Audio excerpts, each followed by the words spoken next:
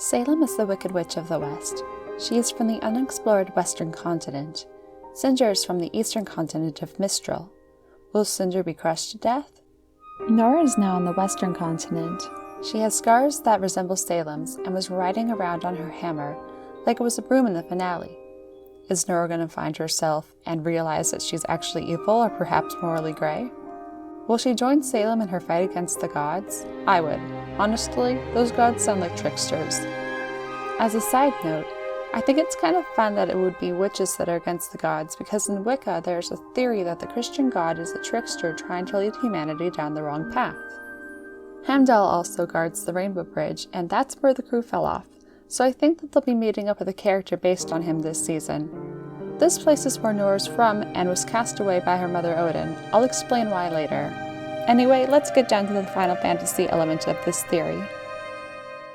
Before I go any further, please like, subscribe, and comment to help support my content. And if this video goes well, after every episode that is released this season coming up, I'll make an updated theories video for it, and I'll work hard to condense it into a shorter format, because this video is going to be long. I have my script on my phone. There's a lot. I'm also doing a little giveaway on the RWBY Fairy Tales of Remnant. So if you like, subscribe, and comment your favorite theory in this video, that's all you have to do to enter, and I'll just put all the names in the hat and just mix them up. Pick one. It's a very pretty book, and it gives a lot of really interesting lore about RWBY, and it's got some beautiful art on the inside. Yeah. So this could belong to you. So we've got Underworld field trip happening, which I associate with Final Fantasy VII's livestream, Alice in Wonderland and Alice Beyond the Looking Glass, and the RWBY fairy tale The Girl Who Fell Through the World, which is similar to Alice in Wonderland. One of the most similar Final Fantasy games to RWBY in the series is Final Fantasy VIII. In Final Fantasy VIII, teens go to a magic school where they learn how to harness their magic and use it to become seeds. They have a glasses-wearing headmaster whose ex-lover is a sorceress, who is hell-bent on the destruction of time. They are also bent on the destruction of the schools that they created together, for the secret reason of stopping the sorceresses. They had no control over becoming a sorceress. There's a blonde, glasses-wearing, whip-wielding, no funny business but will talk nicely to the most emotionally unstable guy in the room, on a balcony at night, after letting them have it earlier in the day, of course. The happy-go-lucky girls have similar flared-out at the bottom hairstyles. Also, there's a new student in town that fights with red and gold nunchucks. At some point, the team plans an event for their depressed teammate. Most schools also have a dance right before the plot really takes off. After going on a few practice missions, they truly depart the school and begin the real storyline. There's a very similar part where they have to stop bombs from hitting the schools, just like the RWBY crew had to stop the bombs from hitting Mantle. A big part of the game is that the main characters sometimes find themselves passing out and sharing strange dreams where each of them are a character in it. They later find out that they are seeing the past through real people. Squall has been seeing it through the eyes of his father, Laguna, the entire time. Reoccurring characters are the teammates that he is fighting and traveling with in the war against an evil sorceress, Adele. Laguna has two love interests in the flashbacks. Julia becomes the mother of Squall's own love interest, Noah. The other is Squall's mother, Rain. There's also a little girl that Rain takes care of. Her name is Alone. I think it's worth mentioning that she's Squall's adoptive sister, who the main cast come to know in the present. It turns out that Alone has the power to connect her consciousness with people she knows and send them to the past through the consciousness of other people she knows. She must be hidden away so that Ultimecia, a sorceress from the future, cannot find her and use her to compress all time-space and make herself a god. Alone sent the main character's consciousness to the past by accident while she was dreaming. She caused the flashbacks because she already knew them. Ultimecia can't see this far back into the past, and that is why she needs Alone to connect the dots. There are four sorceresses: Ultimecia, Adele, Edea, and eventually Rinoa. I guess Alone could be considered one as well. While Salem resembles Edea more, I think she also represents Ultimecia, and Cinder represents Edea too. But then again, Cinder could also represent Rinoa, but I'll leave that for now. The antagonist Cypher used to be friends with the gang but turns bully and then villain.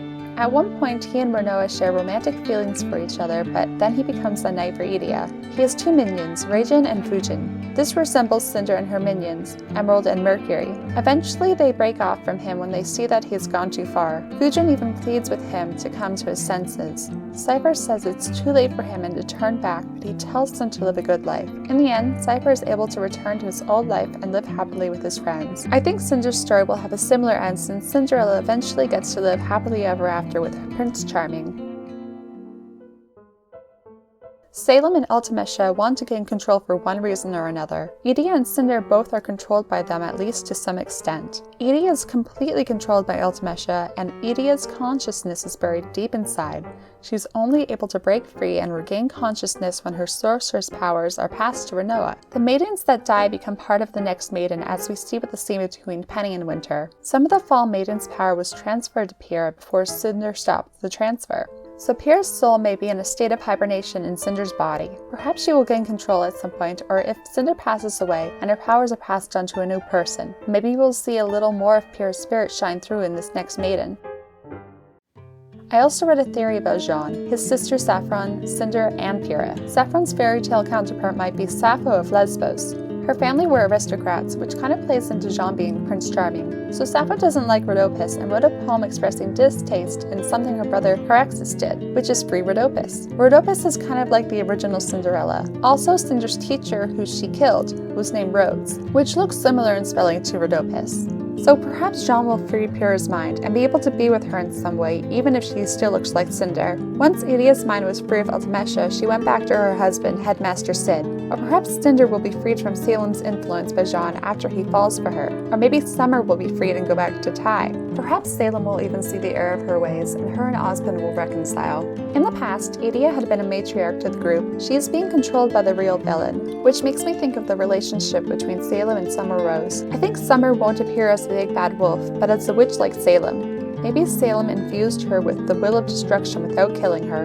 I think in the future perhaps Nora may come to represent Adele. Adele has a traditionally masculine-looking body, but is referred to as a she in the game. So she could be a trans woman. Nora is a feminine version of Thor, and a lot of people see her as a trans icon, especially with the colors of her outfit fitting the trans flag. Thor's sister Hela is a witch, and his brother Loki dabbles in magic. Thor's mother was also raised by witches. We don't know much about Nora's past, besides the fact that her mother abandoned her when they were in danger of Grimm. Her power, High Voltage, gives me Summer Maiden vibes. Thor also represents fertility and fruitfulness of the fields. He is known as the sky god who comes to Earth in a thunderstorm and fertilizes the fields. I don't believe that Adele was ever actually evil. She was controlled by Ultimecia like Idia was. So I wonder if maybe Nora will be controlled by Salem at some point, or if she will join forces with her. Nora is very introspective, rebellious, and suspicious. I don't think she will take either of the gods for their word, or may even disagree with how they handle things. I could totally see her turning against them. Winter has also begun to think for herself. I wonder how far the writers may take that. Before I talk about who represents Rinoa and Alone, I have a little more game background to go over. There are powerful foes in the game that the characters must defeat so that they can convince them to fight by their sides. They are called Guardian Force. They reoccur in Final Fantasy games under different names: Eidolons, Eons, Summons. One of those reoccurring characters is Shiva. Look familiar? Looks a lot like Jid. Alright, so a big theme in the game is fragility of memory. They don't realize at first, but every time they use a Guardian Force, they lose a piece of the memory in order to harness their powers. They have lost so much of their memory, in fact, that they don't even remember why they started training to be Seed in the first place. Besides one character who went to a school that used Guardian Force less, they don't even realize that they have known each other since they were children. They don't remember that besides Rinoa, they were raised in the same orphanage by their matron Idia and Cid. Even Squall's bully, Cypher, was raised at the orphanage with them. Makes me think of Jean's bully Cardin. Even Alone was raised with them after Rain passed away, and they call her big sister.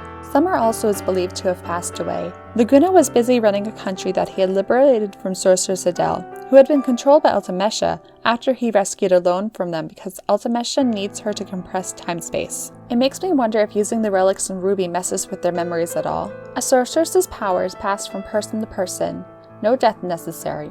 So when Idia becomes a sorceress, Ultimecia tries to use her to acquire Alone the same way that she tried to use Adele to connect the dots. So Alone has to leave the orphanage and go on the run with Idia's seeds. The orphans part ways. One of them even gets adopted. 4 of them end up going to the same school. So to talk a little more about which characters represent sorceresses and alone, I think Ty may have moved with his daughters to the island they lived on after Summer disappeared, but I'm not certain. I think that it might have been to hide Ruby, specifically her silver eyes, possibly from her mother, who may also represent Idia, but other antagonists in the show have been after Ruby for her powers. Salem needs the girl alive, just like Ultimecia needed Alone. However, we still do not know what actually became of Summer. She could also be on the run. Eventually, they defeat Idia, snapping her out of Ultimecia's grasp, and the sorcerer's powers are passed to Rinoa after the battle. Rinoa receives these powers and she's put into a coma, so they take her to the moon base to meet with Alone, who they hope can help. Eventually, the monsters on the moon all accumulate into a single point and become a lunar cry that drops a bunch of monsters onto a futuristic country that their ship took off from and invade the space station that they are on. Which leads me to my theory that Ruby and the gang are going to have a moon field trip at some point and find a bunch of ancient Grimm there. Perhaps the pool of Grimm even originate from the moon. The lunar cry is controlled by a giant floating structure called the lunatic Pandora, which gives me the same vibes as the giant whale in Volume 8. It is in this giant structure that Raijin and Fujin finally turn against Cypher and help the good guys. Emerald also decides to turn against Cinder and help Yang and the guys, but I digress. Ultimecia controls Rinoa and makes her leave the ship to release Adele from her prison. Then Squall has to rescue her from space. She awakens, and he's finally able to get to her. Unfortunately, the futuristic country of Esther wants to lock her up for being dangerous and releasing their old oppressor. They steal a moment together on the Ragnarok airship before heading back. This leads me to believe that Jean will be able to free Pierre's mind and Cinder's body in some way. But even then, things won't be all sunshine and rainbows. Cinder still has blood on her hands, and people will want her to answer for her crimes. Pierre may be asked to pay for Cinder's sins. Right before they are going to cryogenically freeze Rinoa to contain her powers, Squall and the game bust in to rescue her. This image of Rinoa in the chamber reminds me a lot of the image of Pierre in the power transfer pod. They all go back to the orphanage where they were raised, and Squall and Rinoa talk. Squall promises to be her knight even if the world turns against her. Rinoa tells him that it's alright if the sword pierces her heart if it's his. Squall says that he would never do that, but Rinoa argues that Ultimecia uses her body as an extension in their world. I've read another theory where Joan of Arc's blade could not be used against a friend. When it was, it broke. Jean's sword broke after he killed his friend Penny, but more importantly, it broke before he could pierce Cinder. Perhaps after Pierre regains some control, she will ask Jean to kill her since Cinder could take back over at any time. I think he will refuse. I believe Rinoa, who had little choice in her destiny and is very self-sacrificing, is represented by Pierre. All she wants is to be with the boy she loves, but she has a magical destiny bestowed upon her against her will. When Pierre released Jean's aura, she recited this verse, "For it is in passing that we achieve immortality. Through this we become the paragon of virtue and glory to rise above all, infinite in distance and unbound by death. I released your soul, and by my shoulder protect thee." I think that this scene of Adele absorbing Rinoa might play out in some way between Pierre and Cinder, whoever is the victim being up in the air, because the gods may have messed with her mind, who knows. And that is why I think Rinoa may be represented by Cinder too, because right now, Cinder being in control is like when Ultimecia was controlling Rinoa. If Pierre gains consciousness in Cinder's body, it will be like after Rinoa wakes up from her coma. Then again, Cinder could be under more of Salem's control than we realize. That grim aura may cause her more than physical pain. It may mess with her mind as well. Maybe it's what's keeping Pierre's mind asleep. They ponder what to do for a while, and then Squall begs Rinoa just to stay close to him. Rinoa reminds him that he said something similar to her on their first mission together. She tells Squall about a scary dream she had where they had to make a promise. Blake and Yang also made a promise, but in the dream, Rinoa doesn't remember where she promised to meet him, again with memory issues. She searches the world for him. She can't run any longer and wants to see him so badly. She screams, "Squall, where are you?" Then she wakes up crying. He tells her not to worry because it's just a dream. But this is exactly how the game ends. He tells her that they haven't promised anything yet, which is why she couldn't find him. So he promises that he'll be here and that he'll be waiting for her. If she comes, she'll find him. She promises to be there too. I believe since Volume 9 is also supposed to be about Alice's dream, that there will be a moment like this between Blake and Yang. Squall and Blake are the same in how they try to suppress the feelings that they have for their friends and keep them at a distance. They only really began to open up after meeting Rinoa and Yang. After this, they board a ship that Adele is on to fight her. Renoa is captured by Adele, and Ultimesha uses her powers to compress space-time now that she is able to be in the past, present, and future. Which kind of makes me think about how Salem is after RWBY. I think that she has something bigger planned for her than just turning her into a big bad wolf. Something more world-breaking. Then we have this image of Renoa partially absorbed by Adele. The gang is able to free her, but the damage has already been done, and time has already been compressed. I can see this going a couple of ways. Pyrrha being absorbed by Cinder, which has already kind of happened, or RWBY being absorbed and controlled by Cinder or Salem. Salem absorbing RWBY or using her to attack the God of Light would be interesting. Or maybe there is a villain worse than Salem that we will be introduced to in the future. Maybe even one who is above the gods of light and darkness. The gang is able to use time compression to their advantage. They use it to get to Ultimesha in the future and defeat her there. They have used the Guardian Force to do so and lose even more of their memory. Perhaps after all the relics are brought together, it will give the team a chance to stop the two gods from judging humanity and destroying the world. I also wonder if perhaps memory will be a big thing in RWBY as well. Maybe they have past lives before the God of Darkness wiped out humanity. Maybe a version of Blake who lived on the island threw herself into the sea when she realized her lover wasn't coming home. Anyway, so wandering through time and space, Squall doesn't even remember who he is. He doesn't remember where to meet Renoa. He finally sees something that reminds him of her and sees her. He calls out to her, but because of time compression, his words cannot reach her. He's starting to forget her, and he's in agony because of it. Just like in her dream, Renoa is desperately searching for him. But he somehow manages to get to the spot they promised to meet before collapsing and maybe even passing away. Renoa finds him and grieves over his body, but by some miracle she brings him back with her powers. The darkness sheds away and the flowers bloom. It's beautiful.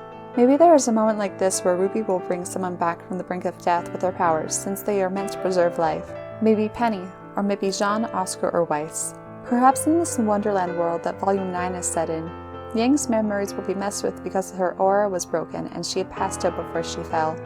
Maybe Blake and the gang will have to rescue her even though they fell as well. Maybe there will be a moment where Blake and Yang, or maybe even the whole team, are searching desperately for each other as this world they're in falls apart.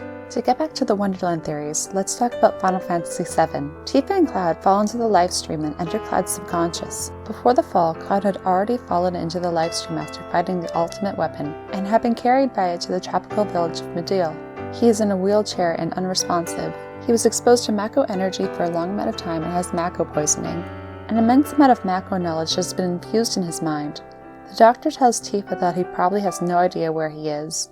He can't speak and his mind is miles away, someplace far away that no one's ever been, all alone. Yang was also alone when she fell, and she's been in the Wonderland world for longer than the others. As she fell, she was unresponsive, opening her eyes only slightly and not even being able to reach out and grab Gamble's shroud. Tifa tells Cloud that she's made it this far believing in the memories that they share. Tifa says she only cares about Cloud and wants to be by his side. Her friends reassure her that it's the right decision, and she stays behind with him while they press on to continue fighting the ultimate weapon. The ultimate weapon looks very similar to the God of Darkness, and also Bahamut from Final Fantasy IX, which is also known as the ultimate Eidolon.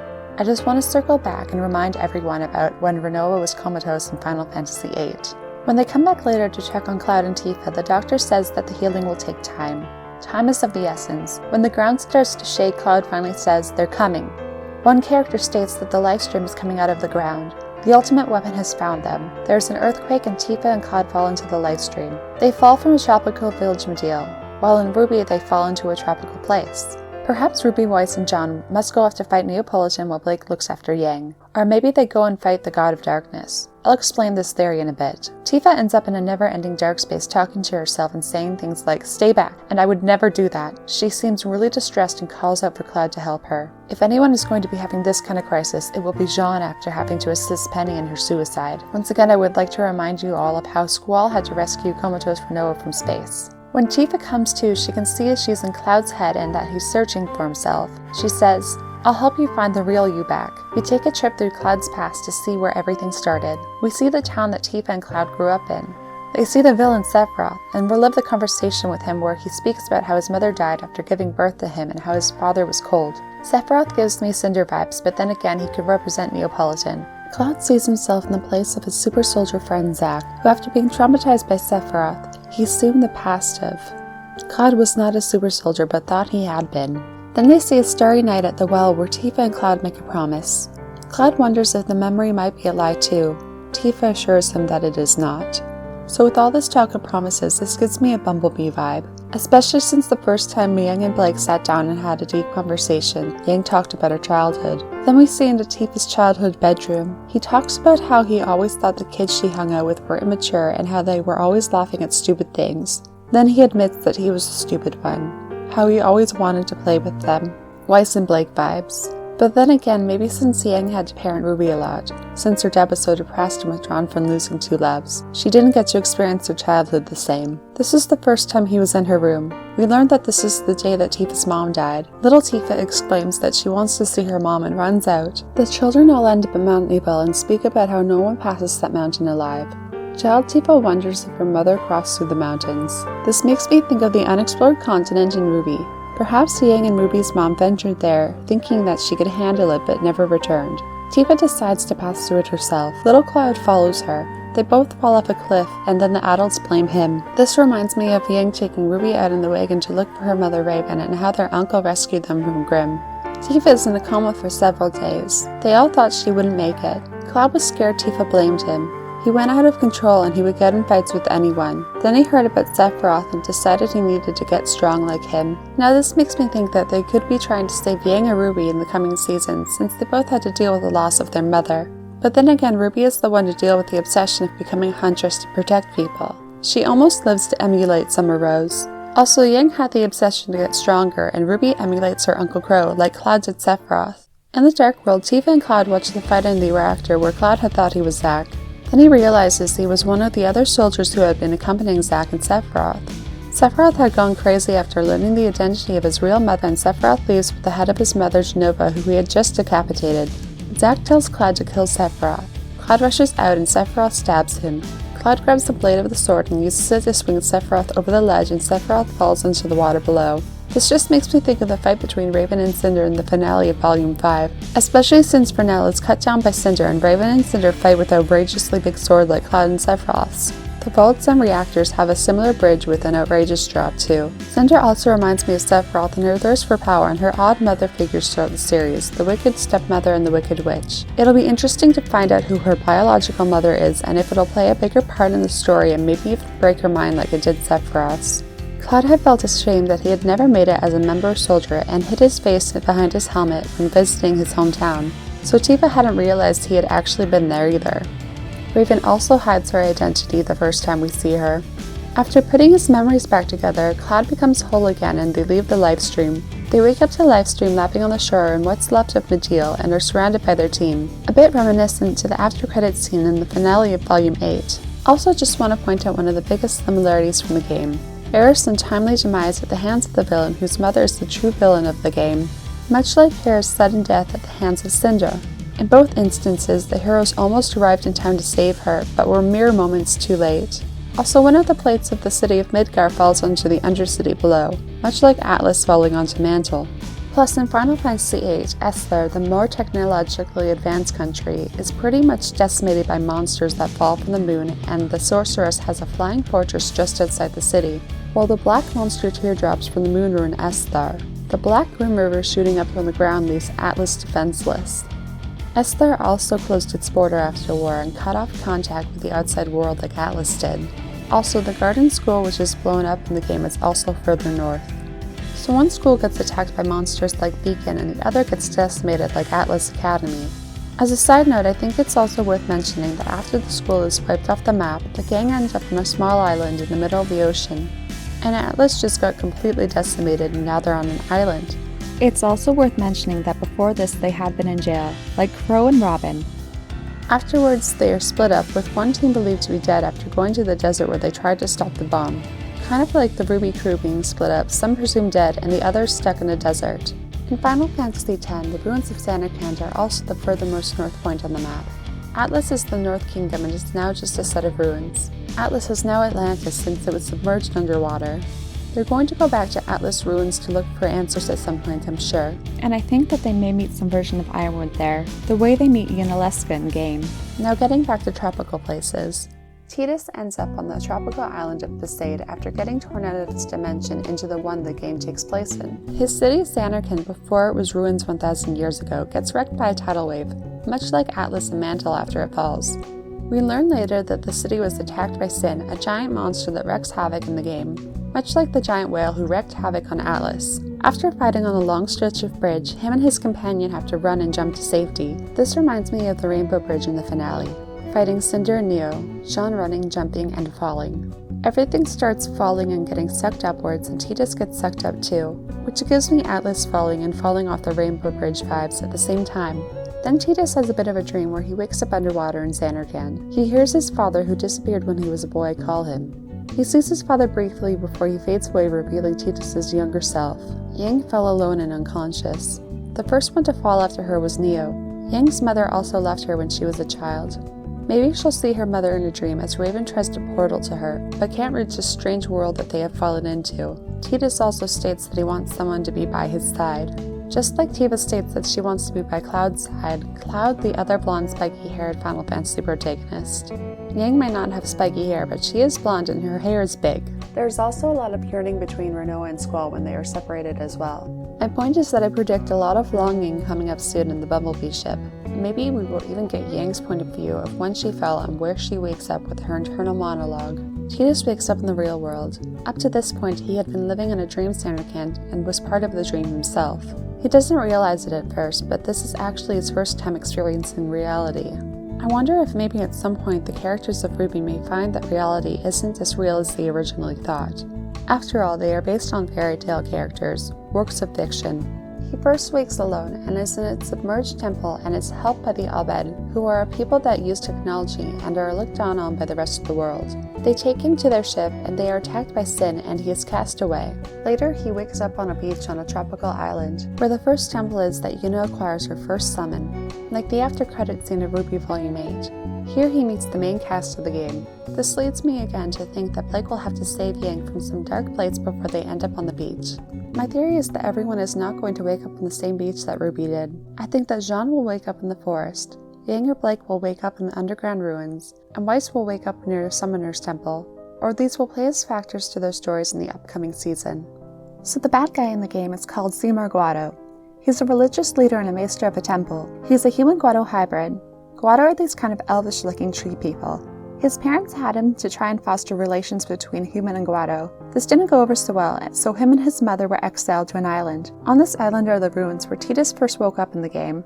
To gain acceptance, him and his mother set off on a pilgrimage to gather all Aeons, or summons necessary to defeat Sin. His mother, who was already dying, sacrificed herself to become a faith, and his final Aeon or summon, Anima, which gives me big bad wolf vibes. This scarred him and he decided not to finish the pilgrimage. Eventually the Guado lifted his exile and he returned to Guado Salam. Guado Salam is a forest village that is made out of trees. After such a terrible childhood, he decided he wanted to become Sin and kill everyone. So he killed his father and became the leader of the Guado.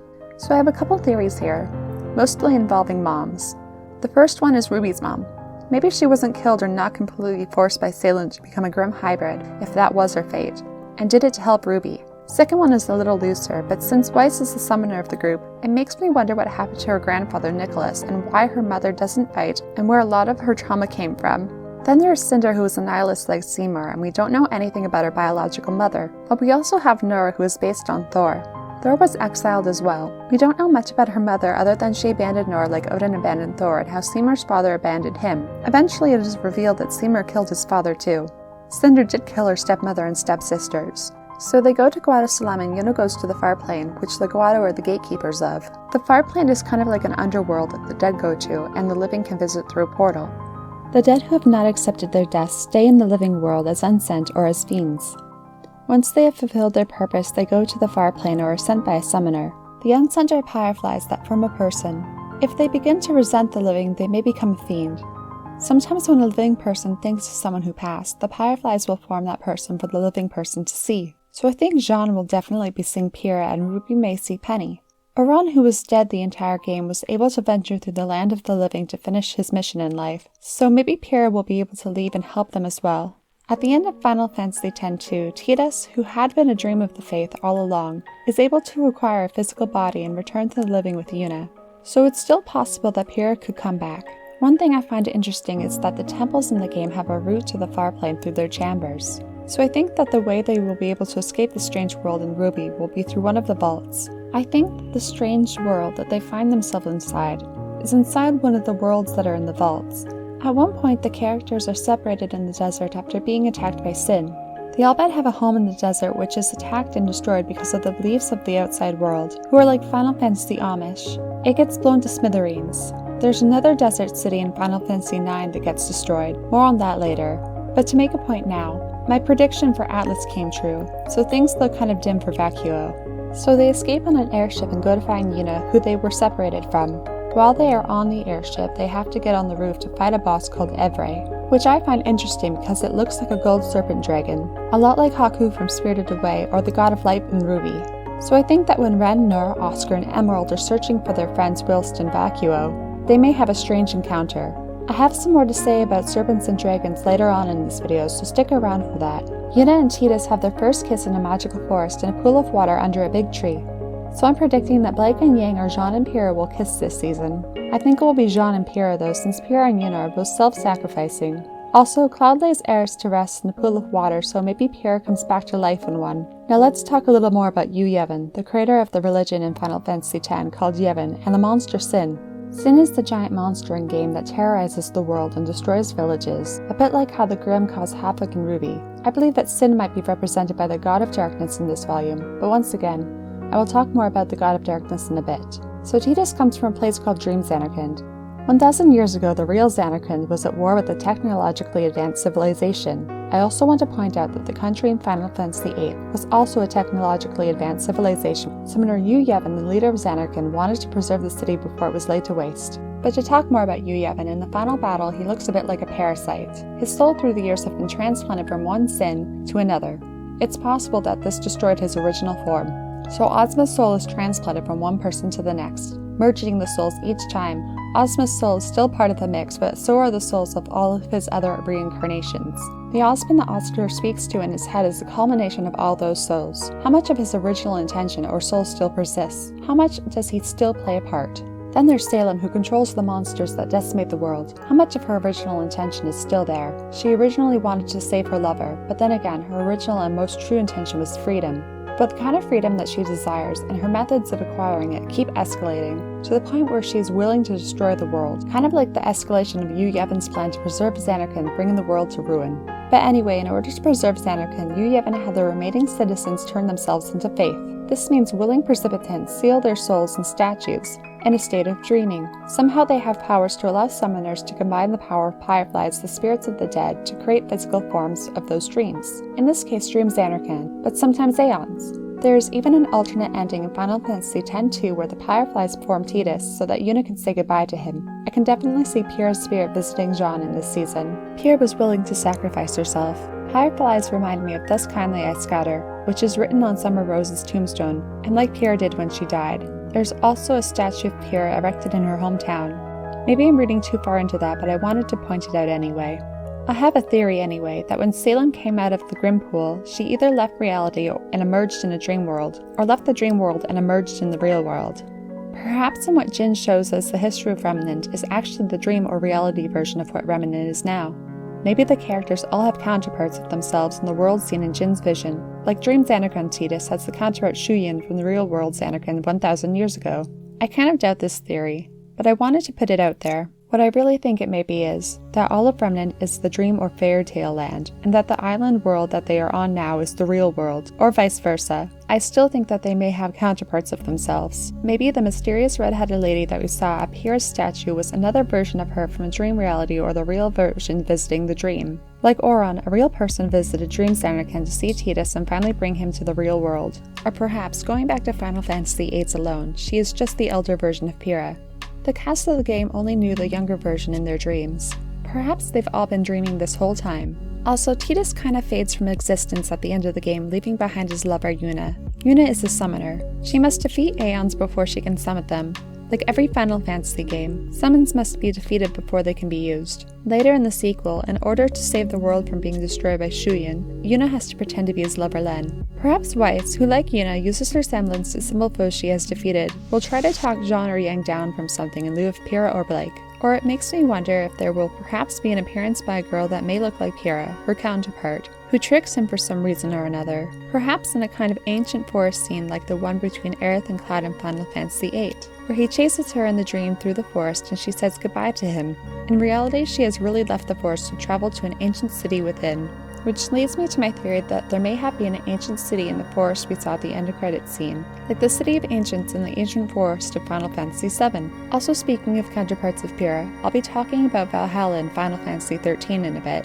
Before Tidus defeats his dad at the end of the game, Tidus tells his father that he hates him. His father Jet says, "Pretty soon I'm going to be sin completely. I'm glad you're here now. One thing though, when it starts I won't be myself anymore. I won't be able to hold myself back. I'm sorry." Tidus' father became Sin when Yuna's father finished his pilgrimage. Jet became the final summon to defeat Sin, and Yuna's father died summoning him. Then Jet became the new Sin.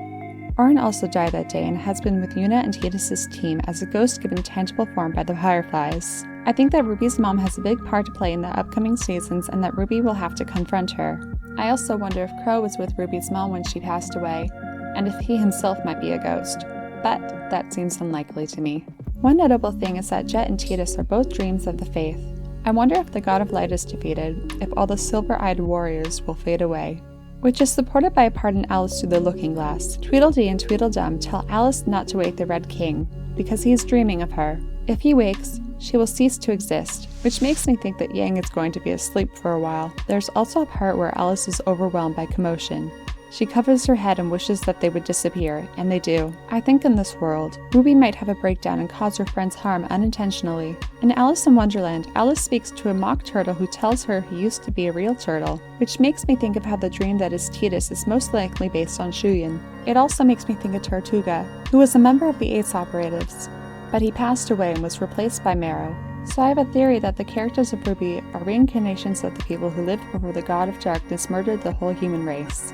Now let me point out some similarities from Final Fantasy IX. There are a lot of similarities between Zidane and Sun, and Garnet and Blake. Sun and Zidane are both blonde and have monkey features, and both help the dark-haired princess on their quest. Blake and Garnet both suffer a troubling loss of a loved one turned bad guy, and afterwards both cut their hair. Garnet finds out later in the game that she is actually from a village of summoners on a desert continent. These summoners also have horns on their heads, and Garnet's were removed when she was adopted very young on the command of her adoptive father, the king. She looked a lot like their daughter who had passed away, and he gave her to his wife, the Queen, who is one of the main antagonists in the game. I don't think that Blake is going to end up being adopted, but I just wanted to point this out, to show that Garnet and Zidane were both of a different race than the regular human, just to connect them more to Blake and Sun, who are Faunus. So after learning of our heritage, Garnet is taught how to summon. I don't believe that Blake's semblance will morph that way, but it's interesting that she does summon shadows of herself. Or perhaps Garnet's story will apply more to Weiss, since she summons and really no one else in the show has a semblance that is hereditary. In universe, I think there may be some, but we haven't seen them yet. But then, Garnet and Blake are both princesses, who are not human and both are from a desert island. These summoners from this continent used to inhabit the area in this game where the main characters begin their journey. But after it was destroyed by the summon Alexander, they moved to the place where Garnet is from. And on that continent is the Leafa tree, which resembles the Tree of Life, much like the tree in the after credits scene at the end of Volume 8. So my theory is that there might be a race on this continent that may have been wiped from Remnant. Maybe they are ancestors of either the Faunus or the Silver-Eyed Warriors, or perhaps people who can still use magic like a witch, like Thor's mother. If they are Silver-Eyed Faunus, then the Hound originally came from there before Salem turned him into a Grimm. At first they noticed that the Leafa tree is the source of mist that covers the whole world of Gaia. This mist is the source of monsters. They find out that the mist is being sent there is from the planet that Zidane is actually from, called Terra. The mist absorbs the souls of the people on Gaia and sends them to Terra. This is so that Terra will survive and Gaia will perish in the process and be absorbed. So like Garnet, Zidane also finds out that his past is not what he actually thought. He's actually from a world called Terra, which has its own race of people that look like him called genomes. Only 3 genomes have souls: Kuja, the main antagonist of the game, and a girl called Mikoto, who leads them through this strange world. Kuja was the original but had bad genes and Zidane was made to replace him. So Kuja abandoned him on the Earth so that wouldn't happen. Mikoto was made to replace Zidane. Perhaps Kuja represents Ruby or Nora's mom. Maybe Mikoto will be represented by a silver-eyed character. I bring up Nora's mom since Nora is Thor. Thor was abandoned on Earth, banished from Asgard. Nora could have been banished from this underworld and abandoned on Earth. Or perhaps her mother, who I think will be a gender-bent version of Odin, was a wanderer like Odin, and lost Nora in a Grimm attack. Thor kills a giant serpent called Jormungandr, and then takes a few steps away before passing away from breathing in too much of the snake's poison. I mention this because in Norse mythology there is also a tree of life called Yggdrasil. It is the world tree. It supports the universe and has roots reaching up to the realm of gods, giants, and the underworld. This makes me think of the tree at the end of Volume 8 and the tree in the God of Light's domain. Auron says there are more serpents lying under its roots than any fool can imagine. There's also a heart that bites it from above and a serpent named Nidogger that bites the root. The tree also decays on its sides. There's also an eagle that sits atop the tree that has much knowledge. There are also the Norns, 3 giantesses that care for the tree by pouring water on it. So basically what I'm trying to say is that Nora is going to die fighting the god of darkness. I truly believe that she's going to go down a path similar to Salem's, where she tries to take down the gods that are screwing with their lives. Also look at Jormungandr and Nidhogg and compare instead to the ultimate weapon in Final Fantasy VII. Jormungandr is also known as the Midgar serpent, and I already went over how Midgar from Final Fantasy VII and Atlas are similar. In Final Fantasy IX, the ultimate Eidolon is sealed inside the Leafy Tree. I think perhaps that if the gang does return to the Atlas ruins, this may be where we say goodbye to Nora for good. Also, side note, maybe the genome girl Makoto will be represented as Pyrrha. But going back to the Tree of Life theories, hidden within the 1,000-year-old sandstorm is the desert city of Clara, which is built on a gigantic tree. The only way to access the city is through the trunk. The city is home to a race of rat people. They live there in peace until the sandstorm dissipates and leaves them vulnerable. First, the town of Promessia is attacked by black mages. Some of the rat people living there flee to Clara. Then Queen Braun, the adoptive mother of Garnet, orders for Clara to be destroyed, so that she can obtain a powerful relic, a gemstone, from the inhabitants. I just want to point out that the relic of choice in RWBY is a crown that looks like it has gemstones on it. It also gives the user visions of the future, and the girl who fell through the world came back changed, probably because she saw more than she should have. It also kind of looks like Pyrrha's crown, although I think it's unlikely that they will come across that relic till the end of the show because it's the beacon relic, and I believe that they will be exiting the underworld through the Shade Vault and acquire the Sword of Destruction instead. Plus, I have a feeling that there's going to be a grim assault on Vacua this season, so they could probably use the sword to fight back. Plus, Shauna's going to be needing a new sword since his old one broke. So Queen Braun is aboard her ship Red Rose giving orders for this attack, which makes me think that Ruby's mom may be a major antagonist in this season. General Beatrix, her soldiers, and the black mages warp from the ship to attack. General Beatrix also has an eye patch, and the Bad Wolf from Volume 8 is missing an eye, so I think we'll be seeing Ruby's mom soon. Or perhaps Cinder. So they direct the people of Clara into a cathedral, but they are ambushed by black mages. Then they are saved by Sir Fratley. He is the long-thought dead lover of Freya Crescent. In her first encounters with him, she had thought he was just a stranger before realizing that it was him. So what I think may happen this season is that the team will have encounters with either Pyrrha or Summer and not realize it's them. Then they will finally recognize them when they come to save the day. I think it's more likely that it'll be Pyrrha, since a lot of people think that she may represent Persephone, who lives in the underworld during the cold months and returns to the human world in the spring to spend the warm months visiting her mother, who I'm pretty sure we saw at the statue, or perhaps it was really Pyrrha. Volume 9 will also be the volume of spring, as 8 was winter and 7 was fall. Sir Fratley suffers from amnesia, however, so I think Pyrrha's memories may be gone.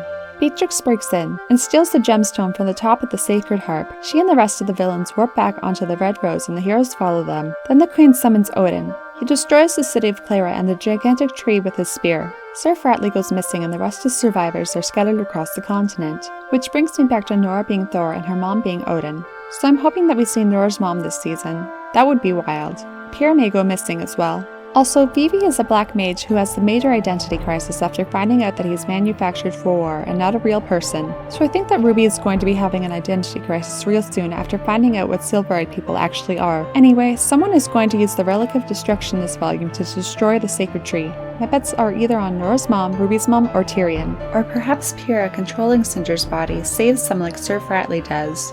But then Cinder regains consciousness and destroys the tree. One thing that I wonder is that if the Faunus or Silverized warriors may find out that their origins may be from this world in Volume 9.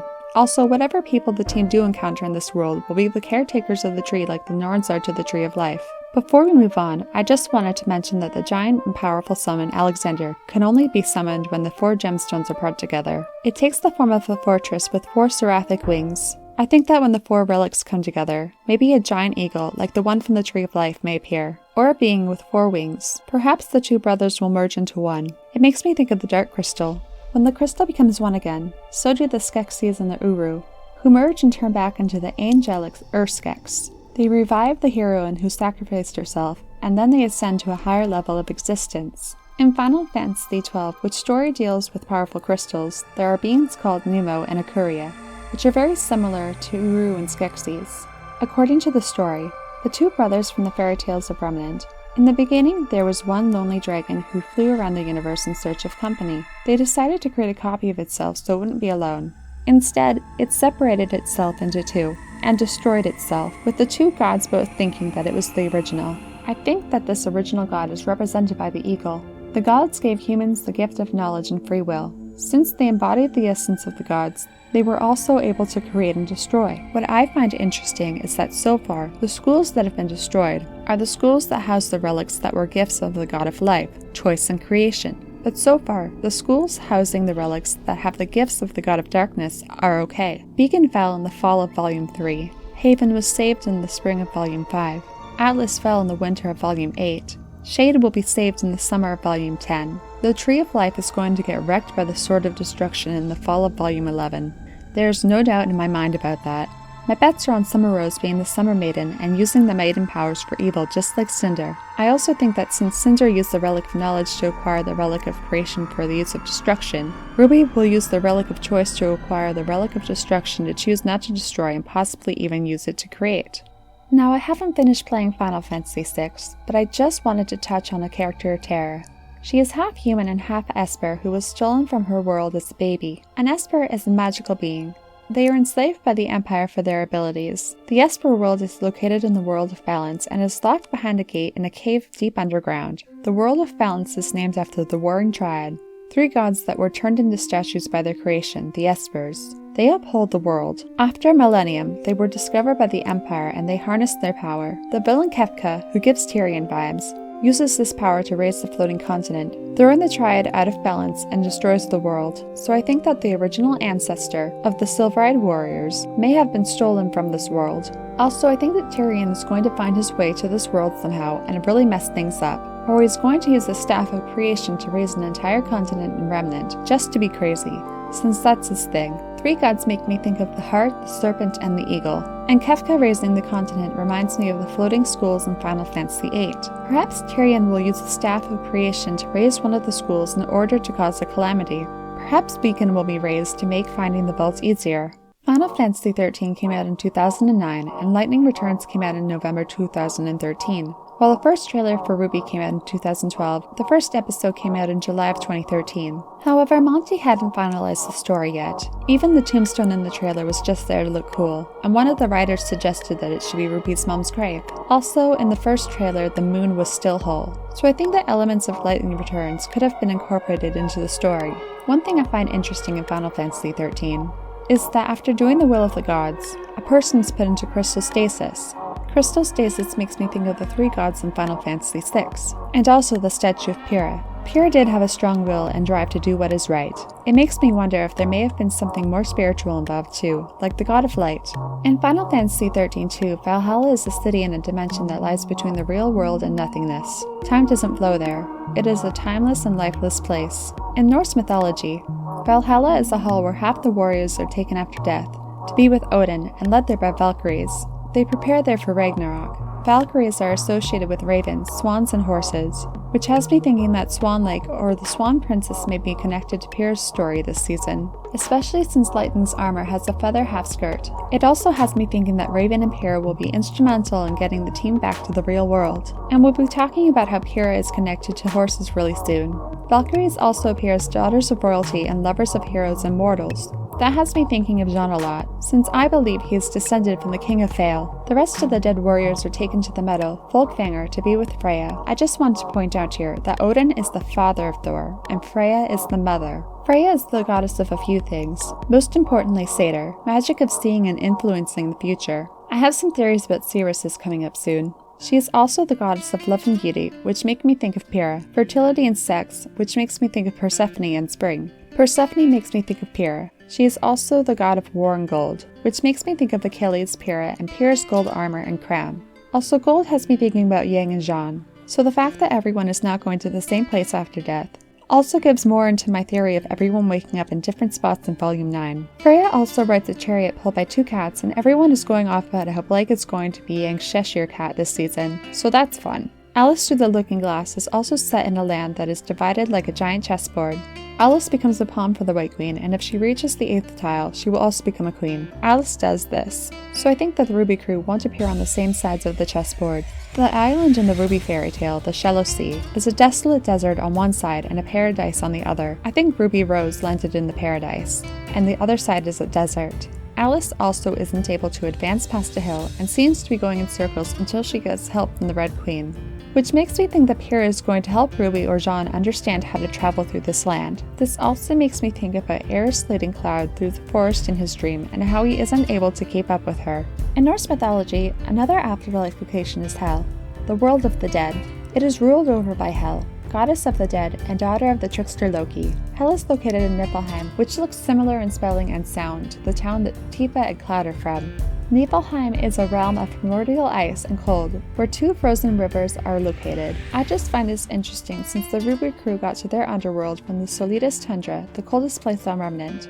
The river Elivalgar translates to ice waves. The well of Hvagelmir translates to bubbling boiling spring. All the rivers come from it. The liquid comes from the antlers of the stag Ikdernir, who stands upon Valhalla and bites the roots of Yggdrasil, where the river comes from. Many snakes live in this spring, and the serpent dragon Nidogr. Then all the rivers eventually fall to Hel. There are 2 other rivers that originate from the Tree of Life, but I'm going to leave that for now.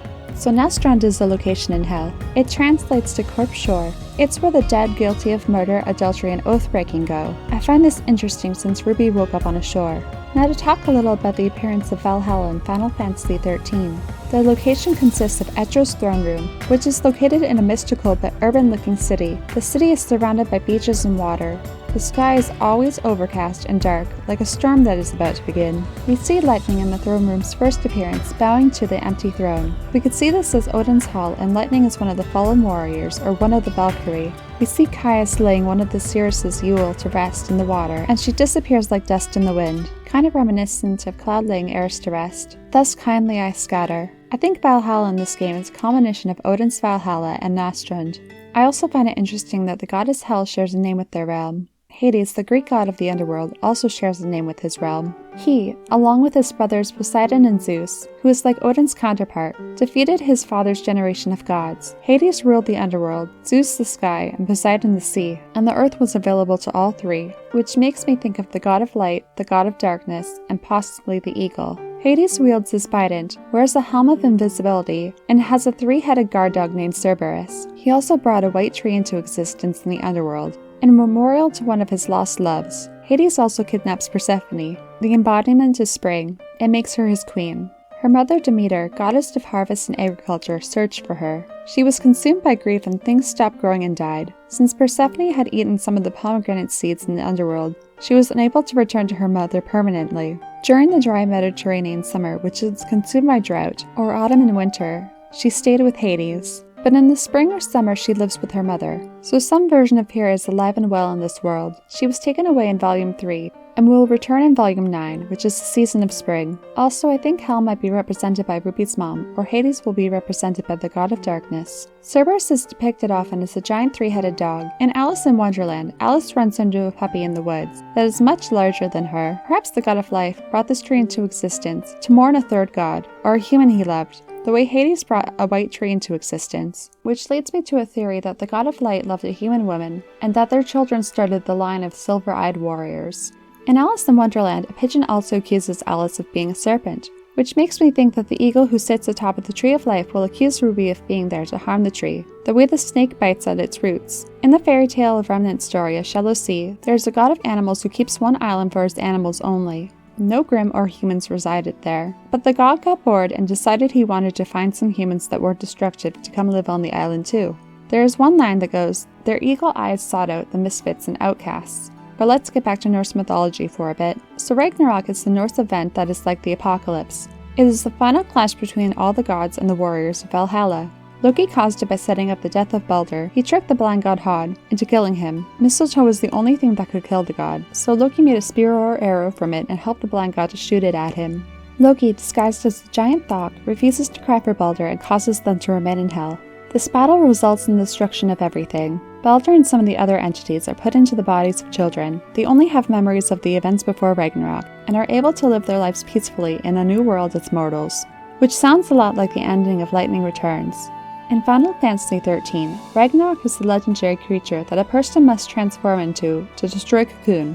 When Cocoon was falling down onto Pulse, Vanilla and Fang broke away from the rest of their group and transformed into Ragnarok together. Then they break the shell of Cocoon, releasing lava, and it crystallizes into a pillar that holds Cocoon frozen in the sky as they are put into crystal stasis, freezing the two women inside. The goddess Etra allowed for events to happen this way. She put Fang and Vanilla into crystal stasis before Ragnarok could destroy Cocoon, stopping the calamity before it could happen. But because she allows this, it causes a rift in time. Lightning is dragged away, and only Sarah remembers her having been there. The chaos released from Valhalla by Etrus' actions seeped into the soil and Pulse around the pillar. At the end of Final Fantasy XIII, Sarah was reunited with her sister Lightning. However, in the beginning of the second game, Sarah turns to embrace Lightning, but she is not there. Sarah swears that she had been there a second ago. This is because she is a seeress and had seen the future where she is reunited with her sister, which no longer existed. Lightning says, "The events of that day tore open a portal to another world, and from the depths of the rift appeared a darkness that had no place in our world, an irresistible force that dragged me away to the edge of time. The darkness caught me in its embrace and wrote me out of history."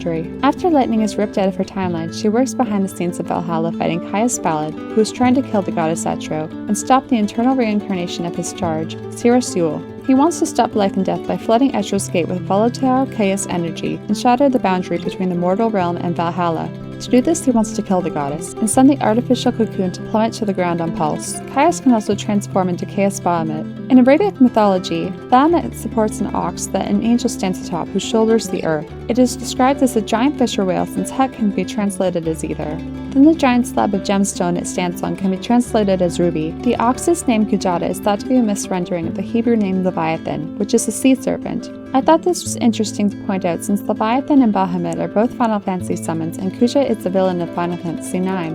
Plus, as I was pointing out that Salem's Well is similar to Lunatic Pandora. There's also a floating fortress in Final Fantasy XII called the Sky Fortress Bahamut, which is a prison, the way the whale was for Oscar. Caius also transforms into Jet Bahamut, who's the final boss in Final Fantasy XIII too. Whilst they're fighting, Caius summons the husk of a wandering comet, and it begins to lay waste to the land. Hades and Persephone from Greek mythology transformed two girls who were being sacrificed to them into comets. They were the daughters of Auron. In Final Fantasy XIV, Bahamut is a primal who is incarcerated in the artificial satellite Delamid. A spell was cast to begin its descent. The Archon Louis-Sois Levier partially summoned the 12 and halted the calamity, before the primal's wrath almost destroyed everything, and this left the land forever changed. Which looks very visually similar to when the god of darkness destroyed the moon and rained meteors down onto Salem. While in Valhalla, Lightning helps Noel, who also displaced from their timeline, to try and save the world. He lived in a time where he was one of 3 humans left. The others were Caius and the final reincarnation of Yule.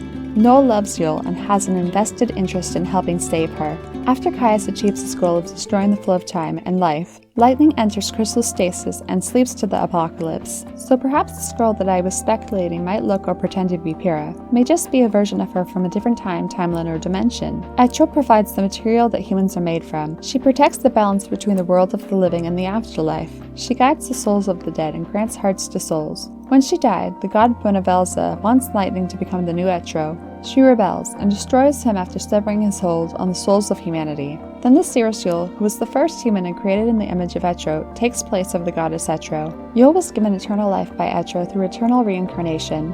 Etro's choice to save Cocoon with the crystal pillar causes the death of Yule all throughout history. I believe this is because Yule kept having a vision of the events, or events caused by it, which causes her death. This is what sets Caius off, who was granted eternal life by Etro to protect Yule. For a brief moment, every reincarnation of Yule exists in Valhalla while they are having visions. Sarah is also a seeress, and her sister Lightning too. Which brings me back to Persephone, who is sometimes thought of one of the guises of the triple goddesses, or triple deity, 3 deities who are worshipped as one. Her mother, Demeter, is thought by one writer to be an older version of her. She is also associated with Hecate and Selene. The most notable things for my theories that Hecate is associated with is a key, snakes, crossroads, entranceways, light and night, ghosts, necromancy, and sorcery. She had witches amongst her most popular followings. Selene is the goddess of personification of the moon.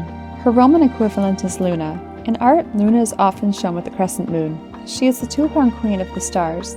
The Roman goddess Diana is also a moon goddess who has been compared to Pyrrha by others. The Norns that take care of the Tree of Life are also known as the Triple Goddesses. This makes me wonder if either Pyrrha, Ruby, or both are being continuously reincarnated for some purpose and may have different versions of themselves in the underworld. It also makes me wonder if their mothers are just older versions of them, or perhaps Ruby was only born because her mother died. And does Pyrrha always wear her head ornament because she is covering up the marks where her horns were cut off? Not to mention, when the animal god in the Shallow Sea returns to the island, he takes the horns of a ram, the tail of a monkey, and the scales of a serpent. So I think that the people on this island will be Faunus, who represent Garnet and Zidane's races in Final Fantasy IX. It's also interesting to me that Adam had horns, and seemed to have been stolen away from his family and used as a slave, which is why he has that scar on his face. Some of the people on the boat don't want to stay and get sent back. I think that they are Faunus that exist on Remnant. This also reminds me of how Garnet and her mother's boat got swept away to the continent where her adoptive parents lived. Gil tells Sarah that she is also a Cirrus. She also tells Sarah that the more she changes the timeline and the more visions she sees, the closer she gets to death,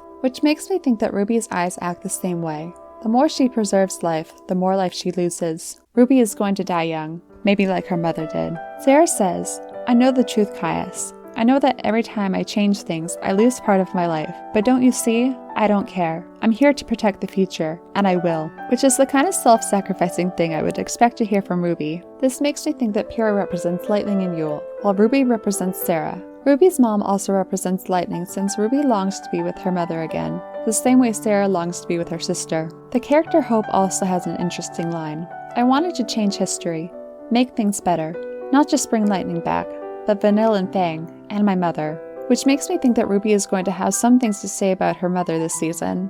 Besides breaking down last season after finding out what happened to her mom, Ruby is the only character in the show that hasn't let her emotional struggles sway her path in the show. I think that this is going to be the season where she finally does lose her path for a while, or at least finally open up about what's eating her. She's always pushing things down and fighting for other people. She needs to be a little less selfless and self-sacrificing. She and her sister really have that in common. Lightning's summon that fights alongside her is also called Odin. He appears in the form of a horse. What's interesting is that the name of the sacred tree, Yggdrasil, also means Odin's horse. So I honestly believe that Pyrrha and Nora's mothers will be working together this season. There's also Cirrus Valespa that communicates with Odin. Lightning is able to have Cirrus visions in Valhalla without dying since life doesn't flow there. Her sister Sarah passed away from a vision after Caius completed his task of destroying the flow of time and causing death and birth to cease. Odin has another horse named Sleipnir, who is an 8-legged horse and the child of Loki. So I think that Nora's mom Odin will be able to transform into a horse like Raven and Crow can transform into birds. Perhaps the people in this realm will have this ability and Pyrrha will be able to transform into a swan. The Tree of Life, Odin, Thor, and Valhalla are all straight out of Norse mythology, also Nora being based on a Norse god. Norse, Nordic, Nora. That's fun. It also means light or honor, which makes me wonder if she was born to serve the god of light. Lightning's real name is Claire, which means clear, bright, or light-colored. Lightning's sister Sarah's name means princess. Pyrrha is the Valkyrie to Nora's Thor, and perhaps Tyrion is Loki. On the beach at the end of the game, Caius talks about how every Yule shared a soul, but had their own heart and was their own person. There was a Yule who dreamed to travel, a Yule who loved to sing, and a Yule who collected flowers. Noel tells him that when the final Yule passed away in his arms, she was smiling, because she knew they would meet again. He tells Caius that every Yule wanted to be born again so that she could be with their immortal guardian Caius again. However, the final Yule loved Noel. Ozma originally accepted that he would be reincarnated again to be with Salem. Every single time he shares a body with a new individual with their own hopes and dreams before they are merged. I believe that even though Ozma has been fighting with Salem through all his lives, he still has feelings for her. But in his final reincarnation Oscar, he is in love with someone else. That is Ruby. To make Caius immortal, the goddess Etro gave him her heart. So when he succeeded in getting himself killed on the beach of Valhalla, Etro dies too, and the cycle of life and death is broken. Valhalla and the land of living merge and become a new world. People no longer age and no children are born. Since Salem was granted eternal life when she fell into the pool of the God of Light, I wonder if she carries part of the God of Light in her. If she is destroyed, will the destruction that filled her when she fell into the pool of the God of Darkness be released? Caius' fight with Lightning also resembles an interaction between the Queen of Hearts and the Mad Hatter. At the March Hare's tea party, the time had been stuck at 6 p.m. It had been this way since the Mad Hatter sang at the Queen of Hearts concert. The Queen accuses the Hatter of murdering time. She says, "Off with his head." Caius is killed when he is stabbed in the heart, which brings time to a halt. The main goal of the characters in Final Fantasy XIII-2 is fixing the timeline. In the opening scene of Lightning Return, Lightning says, "When I awoke from my dreamless sleep, I was just in time to witness the end of the world. Then another character monologues. The legends have been told of her coming. Banisher of darkness, bringer of light, redeemer of souls. She'd come at the end of days, to guide our souls to salvation. In the final game of the series, Lightning is tasked with the god Buenavelza to save as many souls as she can before the end of the world, which is in 13 days. She agrees to do what he says because he promises to bring her sister back to life. She rests on the Ark at the end of each day, where time does not pass. It is located in the new cocoon which resides in Buenavelza. Here her friend Hope helps her and tends to the holy tree of life, Yggdrasil. They use the energy that Lightning requires whenever she saves a soul to help the tree grow. The more it grows, the more time Lightning has to save souls. Her former teammate VIII has become a saint, and the Order of Salvation holds her in high regard, because she is the only one who can hear the dead. Since Etro's cycle of life and death has stopped, they can no longer pass on. She needs the Holy Clavis, which is the coffin of sorts, so that she can do the soul song and put the dead to rest. Fang left the church because she knows they are using VIII. She leads a gang of bandits in the desert and searches for the clavis herself with the intention of destroying it, but when they find it, the church steals it from them. Fang is unhappy because performing the soul song will kill VIII. This makes me think that Raven and her bandits will have traveled to the desert by now, searching the ruins for something important. A girl named Lumina, who resembles Sarah, keeps appearing to Lightning. She speaks to Lightning in her head so that Buenavelza cannot hear. Over the course of the game, she convinces Lightning not to trust the god. The dead also appear to her, and tell her that the world cannot be rid of chaos, because this is what human hearts are made of, and if that VIII goes through with the soul song, the dead will just be purged. Instead, VIII can guide the souls of the dead to the new world. Lumina finally helps Lightning realize that Buenavelza stole Sarah's heart from her when he awoke her. She also tells her that the Sarah that's been appearing to her briefly in the game, the Hope on the Ark, and even Lightning herself, are just fakes created by the god. Lightning says that if Buenavelza breaks his promise, she will turn against him. Lumina also tells Lightning that she keeps rejecting her true self and rejecting her friend's help. Yule even appears in her mind, to tell her that she is incomplete and unable to help anyone until she is whole. On the final day, Fang convinces VIII not to do the soul song. All of the world has been swallowed by chaos at this point except for the cathedral they are in. They learned the Order only wanted to go through with the soul song so that the living could forget the dead and live in peace in the new world. Instead, Fang and VIII help guide the dead to the new world. When Buenavelza stole Sarah from Lightning's heart, he damaged it in the process. This created Lumina, who holds Sarah inside her. When their parents died, Lightning turned off her feelings and made herself believe she didn't need help, but she was also selfish and feared loneliness. She was really emotionally stunted. Although Ruby is a big ray of sunshine, we have never seen her unpack her heavier feelings. Her only concern is taking care of people, but she keeps her own trauma locked deep down inside. Buenavelza appears to her and tells her that he has been using Hope's body as a puppet and has overtaken it entirely. He had been using it to understand humanity and purge it of its emotions in order for him to control them in a new world. He also tells her that he can't see souls and can't bring Sarah back. Lightning goes to the dimension that Buenavelza's body is in. In the distance, she can see the new world being created. Buenavelza tells her that he wants her to take over the role of Etro. She refuses and defeats him, taking the new world for humanity to exist without gods ruling over them. Lightning eventually accepts the more sensitive side of herself again, and Lumina becomes part of her again. Sarah's soul is freed in the process. She then saves Hope from Buenavelza, and in turn he saves her from sacrificing herself by plunging herself and Buenavelza into oblivion. She is reunited with Sarah and her friends, outside of Buenavelza's grasp, hovering over the new world. Lightning frees the souls that are trapped inside the god and uses them to defeat him for good, and he is trapped in the unseen realm.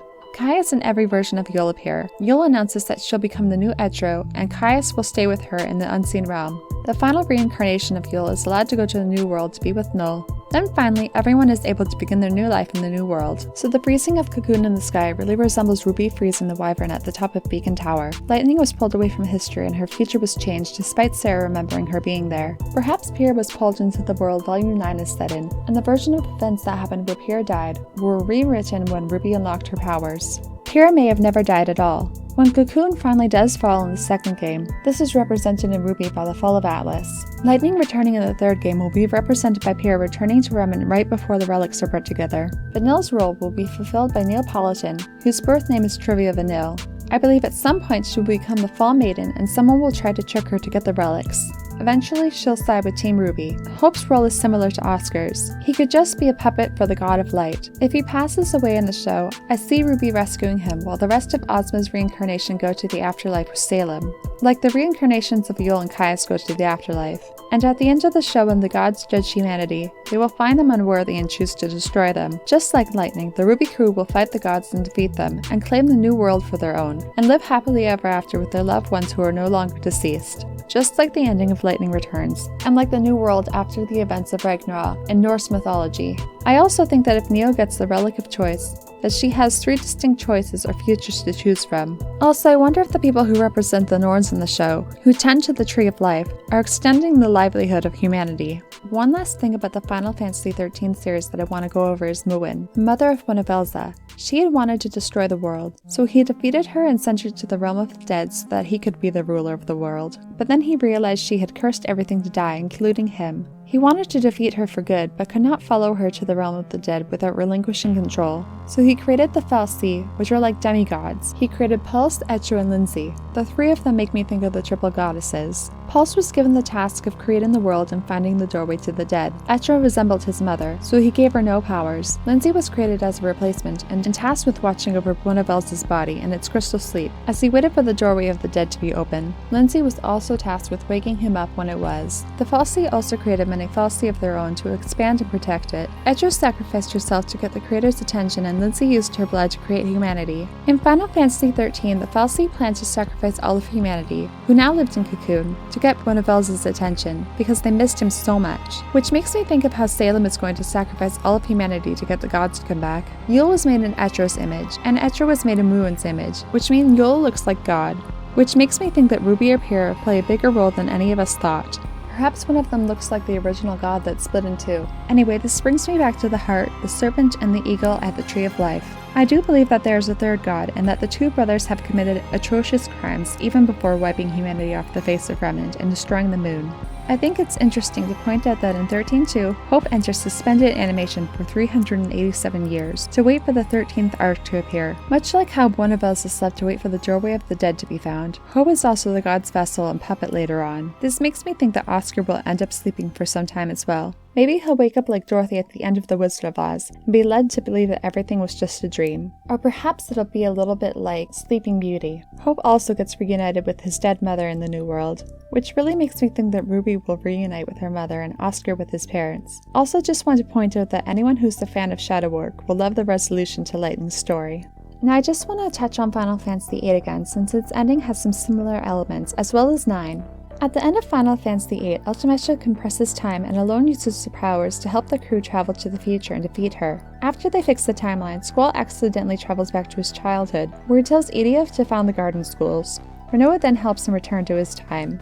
Squall's father and mother, Laguna and Rain, are also able to meet once more before she passes away, when in the original timeline he never saw her again after leaving to search for a loan.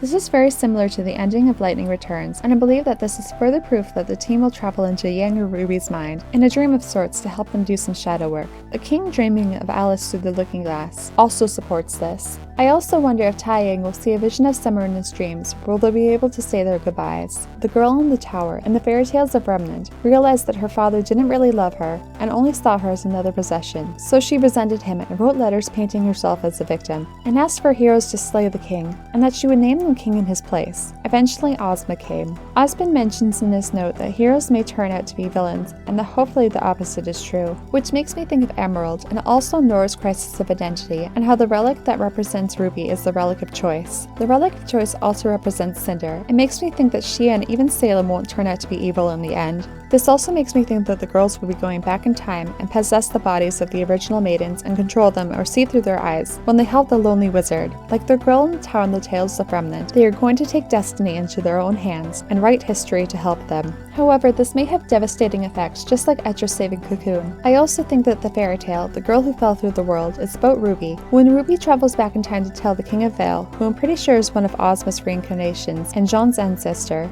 to found the Huntsman Academies, she will also tell him the tale of how she got there. Then he will record it. So when Osmond first meets RWBY, perhaps he recognizes her, or maybe her consciousness was in someone else's body. I think their trip to the past may be caused by something like the Faith from Final Fantasy X. Perhaps the Red King? But let me further explain the time travel theory. At the end of Final Fantasy IX, the villain Kuja learns that there was a time limit placed on his life, so he decides to destroy the universe. They follow him through the inside of the Leafa Tree and into Memoria, which is conjured by the memories of people living in Gaia, and the Crystal World. They defeat Kuja and have to convince Necron, the embodiment of death who wishes to reduce everything to nothingness, that not all life wishes for death. Most of the gang teleports back to their world, but Zidane stays to search for Kuja. He has to avoid the Leafa Tree's writhing roots as it dies. He makes it to the tree's core and finds Kuja there. Kuja apologizes for everything, and then the tree consumes them both. Zidane is not seen again till the end of the game, which is months or years later. Kuja's plan to destroy the universe resembles Kaya's plan in Final Fantasy XIII too, and Salem's plan to destroy the world. In Final Fantasy IX, the crew also see the crystal that is the origin of the universe, and the 13 crew also see this too at the end of the game before the new world is created. I think that after the Tree of Life is destroyed, Ruby will see her mother there, who will apologize to her too. Or perhaps she'll see Salem, and she'll apologize. They'll also have to convince the God of Death not to kill everybody again. Then Ruby is going to get swept away like Zidane, or like lightning in the chaos. She will go back in time before she is rescued by Oscar like Lightning was rescued by Hope, and in the end her mother will come back to them the way Sarah did. Or perhaps Oscar will rescue Ruby and her mother from inside the guards like the woodcutter cuts the Little Red Riding Hood and her grandmother from the wolf's stomach. Maybe Ruby will be able to save all her fallen allies in the end. I think it would be interesting if Ruby and Oscar saved each other in the end, since Ruby's semblance symbolizes her running away from her problems, and Oscar's symbolizes him shutting everyone out. They both need somebody to lean on. In RWBY, instead of time compression or worlds getting merged, I think they will have to stop the gods from tearing their world into many different worlds. They are all from different fairy tales, different stories, different worlds. Perhaps the gods will think it's best to separate them. Now I will talk a little about missing eyes. Fujin and Beatrix both wear an eye patch. Auron has a scar over his eye and it stays closed. Fujin and Beatrix both work for villains, but sway and work for the side of good later. Auron has been dead the entire time. Yunalesca struck him down and blinded him in one eye when he was enraged at the sacrifice that Jet and Yuna's father Braska had to make to summon Sin. He died shortly after calling back down the mountain Xanarkand is located on. At the base of this mountain lived its guardians, the Ronso, a race of cat people with horns. This goes along with my theory of RWBY's mother dying on the unexplored continent. Here, Yunalesca, an undying being, represents Salem. Perhaps RWBY will see her mother's phantom. I also think this continent may have some remnants of cities left over from before the God of Darkness destroyed everything, the way Sin destroyed Xanarkand. Or like Kuja's palace from Final Fantasy IX, which is actually from Terra but resides on Gaia. But back to eyes. In the first Final Fantasy game, there is a blind witch called Matoya, whose crystal orb she used to see was stolen by an evil king who wanted to use its powers to conquer a kingdom. When it is brought back to her, she makes an elixir that can wake a sleeping elf prince. In Final Fantasy III, they need to retrieve the Eye of Nepto-Dragon before they are able to sail the sea. If they try before, it will attack them, and the waters will be too harsh. They must go to Nepto's temple and defeat the giant rat to retrieve it. When they return the eye to Nepto's statue, the dragon soul returns and it's put to sleep. In Volume 9, there will be a sea serpent guarding the island that won't let them leave. It's the same serpent that will kill Nora. So I've spoken about Yomungunder, the sea serpent that kills Thor in Hell already. Let me tell you about their sibling Fenrir, a monstrous wolf. The gods feared Fenrir's strength, so they bound him to a rock with a magical chain. While they did, he bit the hand of Tyr. Then they gagged him with a sword. During Ragnarok, he will kill Odin and then be killed by Odin's son, who will stab him in the heart. He will also devour the sun. Fenrir also had 2 children with Invidia, whose name means one in the woods. Their children are the 2 wolves, Skull and Hati. Skull chases the sun and eventually swallows it. Hati chases the moon and eventually swallows it. A poem also iterates that Skull goes into a desolate forest in pursuit of a shining priest, while Hati follows the bright bride of the sky. In the fairy tales of Remnant story, The Gift of the Moon, it is stated that the people of Remnant asked the sun to work too hard and it fell to the ground and shattered. The people collected its pieces and put it back in the sky, but its light was dull and became known as the moon. The people collected the light that leaked out of it into an orb and it became the sun, tethered to the old sun to keep it in the sky. Skull, who chases the sun, means one who mocks, and Hati, who chases the moon, means one who hates. During Ragnarok, the cosmos begins to fall so each wolf can devour their prey. I think that Ruby and Yang both represent the sun and moon synonymously. Fenrir also devoured the sun, but before he did, the sun gave birth to a daughter who took her place. Now Fenrir is a summon in Final Fantasy as well. In the 11th installment, he lives in the full moon fountain, which is the receptacle for power of the moon and the stars. He is the guardian of Windhurst. When a magician used all his power to summon Fenrir to protect Windhurst from the Beastmen, he vanished forever. This is very similar to Final Fantasy XIV, when Louis Swalavier disappeared protecting the world from Bahamut. Before the magician disappeared in 11, Fenrir had the power to destroy Bahamut. The full moon fountain is the place where the first Star Sibyl gained her power. Star Sibyl rarely leaves Heaven's Tower, where she reads the moon and the stars to see future events. In the fairy tale that is obviously about Salem and Ozma, the girl in the tower, Salem's father only visits her on nights when the full moon is visible from the window. He tells her that her mother loved gazing out the window. In Final Fantasy IX, Fenrir is the summon of Eiko. Eiko originates from the same desert village as Garnet, Medain Sari. In this game, one of Fenrir's attack is summoning a Titan. This is interesting because the parents of the mythological Fenrir are both Titans, and the Tree of Life also leads to the world of the Titans. Eiko goes with the group to the Leafa Tree, so Ruby's mother went to the unexplored continent, climbed up the mountain where the ruins of an old kingdom which is now Salem's palace lay. She fought a horde of Grimm and used her silver eyes, but she used so much of her power and collapsed. Then Salem stole one of her eyes, and uses it to see visions of the future, since they are the eyes of the god of light, who gifted choice. The relic of choice allows people to see visions of the future. Salem turns these eyes into those tentacle orb Grimm, like the one that killed Lionheart, which are called seers, which makes me think that they're going to end up running into a character like Yol on the island. I think the people on the island will be a combination of Faunus, silver-eyed people, and seeresses. Summer now lives like a phantom like Auron, or like a beast like Fenrir in the Pool of Darkness. Perhaps Ruby will be able to save her mother the way lightning saves snow from the fate of a Seath, those who were chosen by the gods to fulfill their will and fail. In turn, they are punished and turned into monsters. Since Summer has silver eyes, she is like an extension of the god of life. Maybe becoming a Grimm is her punishment for not being able to solve the problem that is Salem. I think that Salem or Cinder may take Ruby's eye, and that she will resemble Auron and the scar on her face will be akin to her teammate Weiss. I also swear that I read an old story once that predated Little Red Riding Hood but was connected to it somehow. A little girl walking through the woods falls into a hole and mice lick her eyes, and the girl tells them not to eat her eyes. Since Cinderella has mice, it makes me think that Cinder will steal one of Ruby's eyes. I can't find this story anywhere, so if any of you know what I'm talking about, please leave a comment. In Final Fantasy XII, Princess Ashe has to decide whether or not she will trust people to break away from the control of gods called Ikuria, or whether she will use the Ikuria gift of power to her. In the end, Ashe regains her faith in people and casts the gifts aside. I think that Ruby will also have to decide whether to use the relics or whether to trust people to break away from Salem's control. The Ikuria used to live among people but now live higher than any airship can fly. In the ancient holy city of Gurvagan, to reach the city one must cross the Feywood, which is covered in mist, kind of like Final Fantasy IX.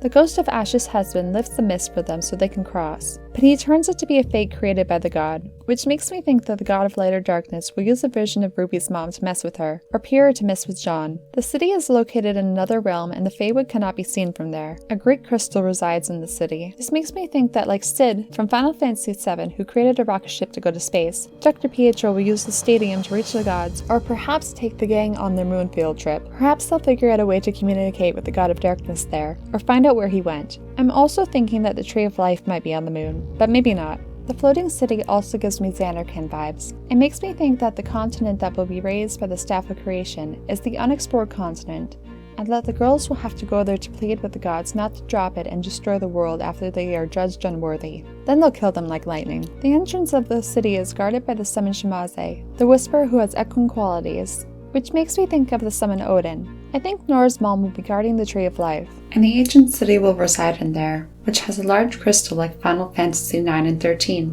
Maybe the Tree of Life isn't the Tree of Life and just a portal to the gods, which Nora's mom destroys to keep Team RWBY from reaching them. While they are in the ancient city in Final Fantasy XII, they find out Sid tricked them and he disappears. Then the Ikuria make Ashe's sword. They tell her to travel to a tower on a distant shore and cut a piece of the Suncrest for herself. This place is across the ocean on a land that is jagged, so they need to create a special airship to get to it, which once again makes me think of the unexplored continent. Instead of taking a shard, Ashe intends to destroy it, and then it shows her a vision of her dead husband who tells her to do what the gods say. She says she can't go through with the plan. One of the antagonists tells Ashe to take the crystal and destroy her enemies. The antagonist is the twin of one of the protagonists and has impersonated him before to commit crimes in his name. Ash realizes that her husband would never tell her to do what the vision is saying. She strikes at it and it begins speaking to her in a more sinister voice of a god. They tell her to become the next dynast king, but she says that she is no false saint for them to use. Then she destroys it. I think the gods might tell Ruby to go kill Salem with a sword of destruction, but Ruby decides to have faith in Salem instead. I also think the Suncrest could be Ruby's mother's eye. Perhaps Ruby goes to Salem's palace and encounters a grim orb and goes to destroy it, but it shows the phantom of her mother and sees through it a vision of what happened to her mother. Perhaps her mother will even urge her to kill Salem. Maybe it's even just a woman who looks like her mother. We don't know anything about Summer Rose's history before Beacon. Perhaps she is part of a triple deity, and while she represents Fenrir, Ruby could be getting led on by Jomungandr or Hel, who could be her siblings. Maybe Hel and Auron are even synonymous in this story. And Nora could be Ruby's cousin. Hel is the ruler of the underworld, and Odin is the ruler of the sky. And if my theory is correct, and this world resides high above Remnant, like the Holy City, they are literally in an underworld in the sky. And since I've been talking about Odin and Pietro, Odin hangs himself as a sacrifice in the Tree of Life for 9 days, in order to attain knowledge of other worlds and understand runes. Pinocchio is hung from a tree for his faults, so perhaps Odin is represented by Penny too, since she is dead now. Having a daughter in distress would be a good enough reason to act strange, and maybe rush out of the Tree of Life to save her. Her body didn't get taken off the bridge before it disappeared, so her corpse fell into this world too. Perhaps she could represent the Red King as well, asleep in the tree. Maybe it's her mind that the girls will need to enter to put her consciousness back together again. Also, Ash's ancestor was given the Sword of the Kings by the gods, which makes me think of the King of Vale, and Jean, who is probably descendant from them. I think someone with great power in this world will fashion Jean a new blade. Ash was told to take shards from the crest like all kings before her, so perhaps the gods will tell Jean to do something this season that sets up his Joan of Arc storyline. However, Team RWBY doesn't agree with his cause, and they become enemies like the French and the Anglos. Perhaps since it seems like this world will be populated by Faunus, he'll become a martyr for them. Ash is proclaimed by the gods to be the Dynast King, which is also a saint, so perhaps the seers will tell Jean about his ancestry, and he will go back to Remnant, and in the chaos use the opportunity to reclaim his throne. But in Lightning Return, Noel believes that he has to kill Lightning to save the world because of the false oracle. Eventually he realizes the error of his ways, so perhaps Jean will too. To add more to my Faunus on the island theory, let's talk about Fran. She is a Vera, a race with rabbit features. She left her village in the Gulmer jungle 50 years before to see the world. However, among her people, living in the forest is unforgivable and she cannot return. Vera are able to listen and communicate with the wood, but Fran is no longer able as her senses have dimmed. She has 2 sisters, which lends to my triple deity theory. One is older and a leader among her people, the other is younger. The youngest left the wood to find out why humans had been lurking in the jungle recently. She follows them to a mine where they catch her and experiment on her since Vera are more sensitive to the effects of mist. She is possessed by one of the Akuria until Fran is able to wake her from her slumber. They return her to the village and Fran tells her they are not sisters anymore, so she won't leave again. The elder sister is grateful and communicates with the forest, and tells Fran that the woods want their child back even though it isn't possible. Fran says thank you, grateful to know she still cares, even though she thinks she is lying. Her sister allows them passage through the jungle. When the party enters the jungle for the first time, magical barriers block their path and lead them to the village. This reminds me of Alice Through the Looking Glass, when she tries to go up the hill but can't progress, continually ending up where she started. I think RWBY will have trouble progressing past the beach. There are times in battle when Fran goes berserk due to her higher sensitivity to mist. I think this could be played out very interestingly if my Fenrir theory is right. Summer going berserk and not seeing reason as she fights her own daughter. Perhaps Movie's mother is alive inside of her, and being in Valhalla will help her take tangible form. Like going to the far plane in Final Fantasy X, allows the Fireflies to show people their dead loved ones. Maybe a dragon used for experiments goes crazy just like Fran's sister. The Little Prince also represents Oscar. He meets the pilot in the desert and tells him of his travels. The characters that the prince meets have counterparts in RWBY. The king, the drunkard, the businessman, the snake, the pilot, and the rose. The prince leaves the pilot, who is sad to see him go, to return to his planet and reunite with the rose who he loves. To do this, the snake bites him. The pilot is also represented by Final Fantasy VII Cid. Oscar will take a rocket to the moon or a different planet or world to reunite with RWBY. The Little Prince characters also represent Ozma's lives. After chaos to the world that Final Fantasy XIII is set in De Nova Crystallia, Hope became a leader and symbol of hope among humanity. He had scientists study and try and reverse what had happened. The scientists started going missing. The only thing left behind were notes that said, "The woman with the rose-colored hair takes us with her." This was a phantom that Buonavelse created to look like lightning. After centuries pass, Hope begins having dreams of this phantom, and can't separate fantasy from reality. Buonavelse lures Hope to the Ark with the Phantom and trapped him there. Hope sent a message to Snow warning him of the Phantom, and told him the prophecy of Lightning's eventual return at the end of time. Buonavelse wanted to use Hope to gain Lightning's compliance. He tortured him, damaged his heart, and progressed him into a teenager, so he could be a more pure and innocent vessel. He used him to understand humans better. He became more emotionless as the god molded him into a perfect host. This makes me think that people might start going missing in RWBY. Or perhaps the giants in the underworld are lured away by Pyrrha and turned into the avatars of the relics. Roman is the fox in Pinocchio. He tricks the puppet and he goes to Pleasure Island where boys are turned into donkeys. Penny may become a faunus this season. The god of the shallow sea may have tricked the people into coming to this island too, and may have evil intentions for them. He could represent the coachman. The fox also has a companion who is a cat. They could represent Neo or one of the cats that pulls Freya's carriage. The gods of the underworld take pity on Penny and let her become a comet or shooting star, acting like the blue fairy. Or Penny becomes the blue fairy. Or Penny becomes the shooting star that people make wishes on. Or Penny learns how to grant wishes when she is stuck on the tree of life. Thor's hammer is stolen by the giant Tyrim, who demands his mother Freya's hand in marriage in return for it. Thor dresses up like a woman and pretends to be his mother. Once he gets his hammer back, he kills everyone. So maybe Nora pretends to be Odin or RWBY pretends to be Summer. If their mothers are the Norns, they could be mistaken for one. Just to touch on Sephiroth taking the head of Genova again. Mimir was sent by rival gods as a hostage and was decapitated. Odin preserved the head to gain knowledge from it. I think that Cinder might decapitate the god of light, like the forest spirit in Princess Mononoke. Or Salem might have the head of Summer, which she uses for nefarious reasons. In Final Fantasy XIII, Odin defends Cocoon up high, and Bahamut defends Pelst down below. RWBY has already defeated the Wyvern Grim, a type of dragon like Yomongander, and the giant Grim Leviathan. She also took down the Hound like Fenrir. Just like in Final Fantasy III, the Leviathan made the ocean uncrossable. The solution in both cases were eyes. In conclusion, RWBY is like Kingdom Hearts if Kingdom Hearts had original characters based on fairy tale and Final Fantasy characters. Everyone in my high school who wished Kingdom Hearts only had original characters, go watch RWBY. And to talk about the shore in hell again, if Pyrrha doesn't go back to Remnant with the crew this season, she's going to get separated from Jean by a crack in the earth, just like Kyrie and Sora at the end of the game. But like I mentioned earlier, Hecate is associated with a key. Sora has his Keyblade, so maybe Pyrrha will find her way back to the land of the living later on. And this visit with Jean was like Lightning's brief visit with Noel at the beginning of Final Fantasy XIII too. And since Valkyries are associated with ravens, perhaps she gets back through a portal. In Kingdom Hearts 2, Roxas,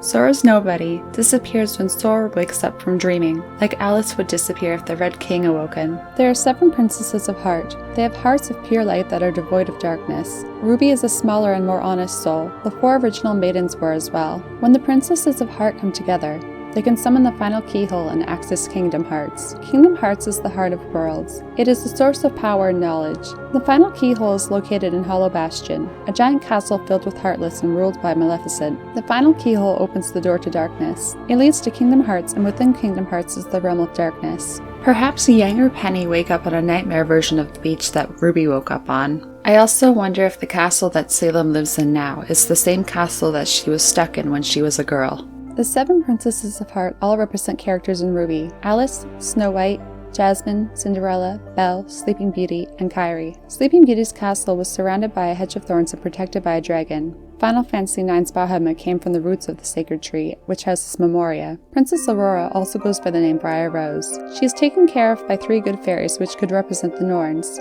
A briar is a prickly, scrambling shrub, like rose thorns. In Kingdom Hearts, Maleficent rules Hollow Bastion, which means empty castle, and is filled with Heartless. Salem's castle is filled with Grimm. The Beast also helps Sora rescue Belle from Hollow Bastion. So perhaps this world is an underworld that is filled with dead, and Adam will be helping them this season, along with Pyrrha, Tortuga, and eventually Penny. Kyrie could also represent the Little Mermaid since she lives near the ocean. I think that this location in RWBY represents the Destiny Islands where Sora, Riku, and Kyrie are from. Maleficent also has a raven called Diablo that can transform into a wolf, horse, and dragon. Maleficent can also transform into a dragon. Jafar is also an antagonist in Kingdom Hearts. At the end of Aladdin, he transforms into a giant snake. The little prince is also sent back to his planet when a snake bites him.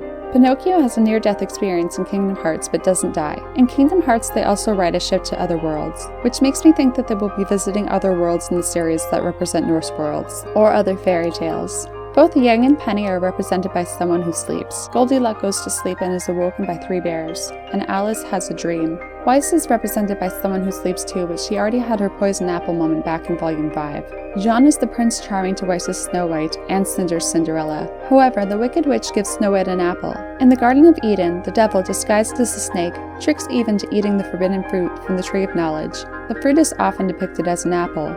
Odin hangs from the Tree of Life to obtain knowledge, and the snake bites its roots. Diablo means devil. The opening fight between Squall and Cypher in Final Fantasy VIII is very visually similar to the White trailer. I think that Cinder might blind Ruby in one eye, returning the favor just like Squall did to Cypher. Could the silver eyes be the forbidden fruit? Ty may have moved to the island of Patch to protect Ruby from Salem after Summer disappeared, possibly from her mother, who now works for Salem. There may be aspects of Summer's death that Crow and Ty haven't told the girls. Also, Ruby's story begins in an island just like Kyrie's did.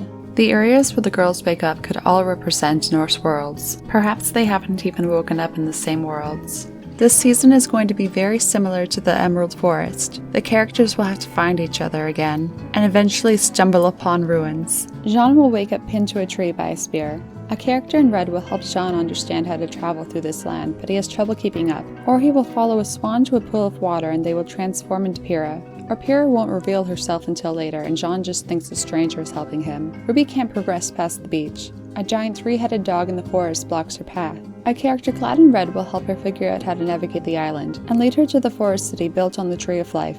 Perhaps each character will be led by a different person. Pyrrha, Summer, Adam, Jacques. Yang might not have a character who helps her because she's asleep, or perhaps Raven will try and help her. The entrance of the forest city will be guarded by a faunus with equine qualities. I think Nora's mom will be guarding the Tree of Life. The city could possibly house a large crystal that can be used to teleport and travel through time. Maybe the Tree of Life isn't the Tree of Life, and just a portal to the god's domain, which Nora's mom destroys to keep Ruby from reaching them. The people residing in this city are faunus with silver eyes. There are 2 women who look identical to Ruby's mother. They are her sisters. One is Nora's mother Odin, who also represents Freya. She is missing an eye. The other is Hel. They may be seeresses or summoners. One of the people on this island could be Tortuga from the Aesops, or his counterpart from another world. Perhaps the Norns mistake Ruby for Summer.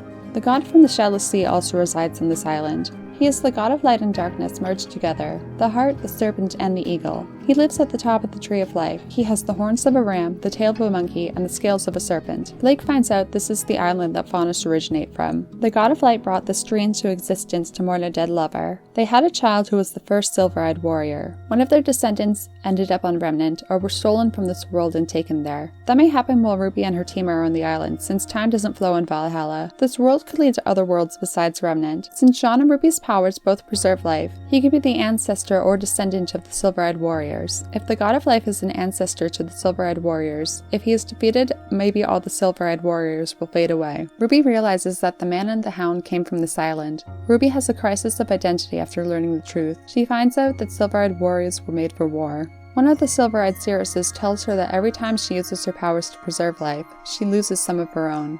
The seeresses tell Jean he is the descendant of the King of Vale, setting off his Joan of Arc storyline. Or perhaps the people here are like avatars of the relics. They could represent the giants of Jotunheim. The Norns are giants. The god of light took the avatars from their world and enslaved them in the relics. So Ruby will use the relic of choice to free them like Aladdin frees the genie. Or maybe she'll take pity on Salem and free her from her eternal life. Yang is in a coma and was taken to the city to be taken care of. Ruby and the team are relieved to see that she is safe and ask a sorceress for help waking her. While Yang is dreaming, she can hear or sense her mother trying to portal to her. She will dream that Blake is searching for her. They might even use magic to enter Yang or Penny's dream to wake them up. Penny's corpse hangs from the Tree of Life. As she slumbers, she learns of other worlds. The Norns take care of Penny while she sleeps, like the good fairies take care of Sleeping Beauty. Team RWBY returns an important orb or eye to the one-eyed woman who uses it to make an elixir to wake Penny. When Penny is awoken, a beast in the tree will also be released. Or the eye will be returned to Nora's mother, who represents Odin and Freya. Or perhaps it will be returned to Summer. Maybe they will turn into an 8-legged horse. Or it will be returned to a statue in a temple deep in the roots of the Tree of Life. Then a monstrous serpent causing havoc to the ocean will come. Or Odin is one of the triple deity statues, and when its eye is put back, the serpent will stop causing havoc. Our group of people try and help the girls get across the ocean, but they are attacked by a dragon and cast back to the shore, like Sin and Nepto Dragon. Or they will give the eye back to the god of life in his serpent dragon form. Or the sea is being guarded by the god of darkness. When Nora was a child, the wanderer Odin took her on her travels, and they were separated in a grim attack. Ruby's mother left this world to go to Remnant, and she was exiled. Or she ended up there by accident. Or perhaps her ancestor ate the forbidden fruit and obtained the power of the Silver Eyes and was exiled. The character representing Odin sacrificed themselves to become one of the triple deities or Bahamut. Or perhaps Pyrrha, Penny, and Summer were the triple deities who sacrificed themselves to gain knowledge. There is a large monster or Grimm trapped within the Tree of Life that is freed. It could be a dragon, serpent, wolf, 8-legged horse, or 3-headed dog. It may only be calmed down when given back its eye. Someone may have been put into a trance and freed it. Maybe Yang or Penny when they are dreaming. Blake stays with Yang, who is still asleep, while the others go and fight the monster. I think the Norns will be Bear Faunus, since they'll be essential in waking up Yang, who is Goldilocks. Or maybe 3 people will be asleep, Yang, Penny, and Pyrrha. Perhaps they will all be the ones hanging from the Tree of Life, obtaining knowledge of other worlds. And it's up to Weiss, Ruby, and Blake to wake them up. Or Weiss, Yang, and Penny will be asleep, since they represent Goldilocks, Alice, Snow White, and Sleeping Beauty. When they are being attacked, the stranger clad in red saves them, and it turns out to be Pyrrha. She has lost her memories. Or the mysterious stranger is Raven, who is able to get to this world by portaling to Yang. When Ruby unlocked her powers and froze the wyvern at the top of Beacon Tower, she also preserved Pyrrha's life. A frozen statue of her resides at the top of the tower like the giant Grimm. Our Pyrrha's spirit is stuck inside the giant Grimm statue, just like crystal stasis. Pyrrha's spirit was pulled into Valhalla or the Underworld, where she'll work behind the scenes keeping Remnant safe. Maybe safe from Summer. Summer has the eyes of a god, and Caius has the heart of one. So perhaps Pyrrha will fight her like lightning. Summer may know some unknown truth about the gods and want to take them down. Or maybe she is controlled by Salem. Or she could want to save Ruby from her fate. Pyrrha could be a Valkyrie, or a fallen warrior preparing for the apocalypse, like lightning slumbers till the end of time. Odin can transform into a horse like the Bronwyn twins can transform into birds. If Odin and Freya are not synonymous, then Freya has 2 cat faunus that work for her. Or Blake helps her this season. Or Freya could be a cat faunus.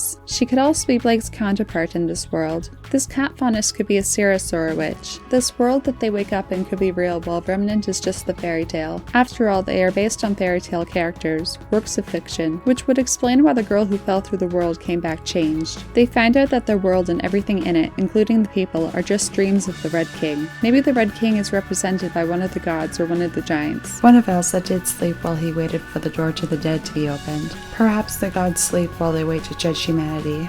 The gods could be part of this dream too. Instead of Odin being a person, they could be part of the Norns, or triple deity, and Bahamut synonymously. The Norns are 3 maidens that come from the lake under the tree. Bahamut holds up the world, so maybe in the tree's roots there is a lake with 3 statues that hold up the world tree. One is missing an eye and Ruby puts it back. Or perhaps the god of darkness resides deep in the roots of this tree. Maybe the people who live on the island all represent the Norns, who tend to the Tree of Life and are extending the livelihood of humanity or the existence of Remnant, the way that the Faith dream of Xanarkand.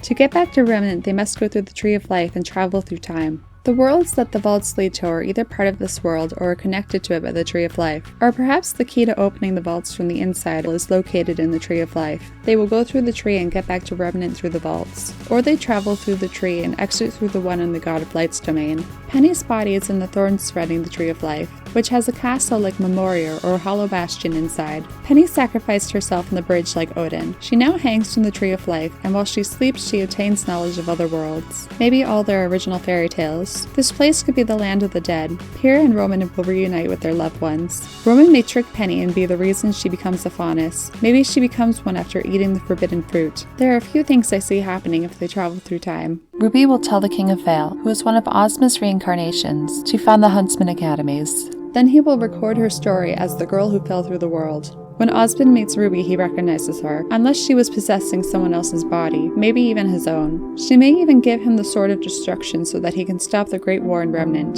Team RWBY will also possess bodies of the original maidens, or be the voice inside their heads like Osmond is to Oscar. They will tell them to help the lonely wizard in the woods. They could even just themselves be the original maidens. RWBY may even see Yang as a child being taken care of by Summer. RWBY talks to her mother and tells her to do something important. She may even see how her mother died or disappeared. Them traveling through time might have devastating effects on the timeline. Eventually they will exit through the vault in shade. They may take the Sword of Destruction with them too.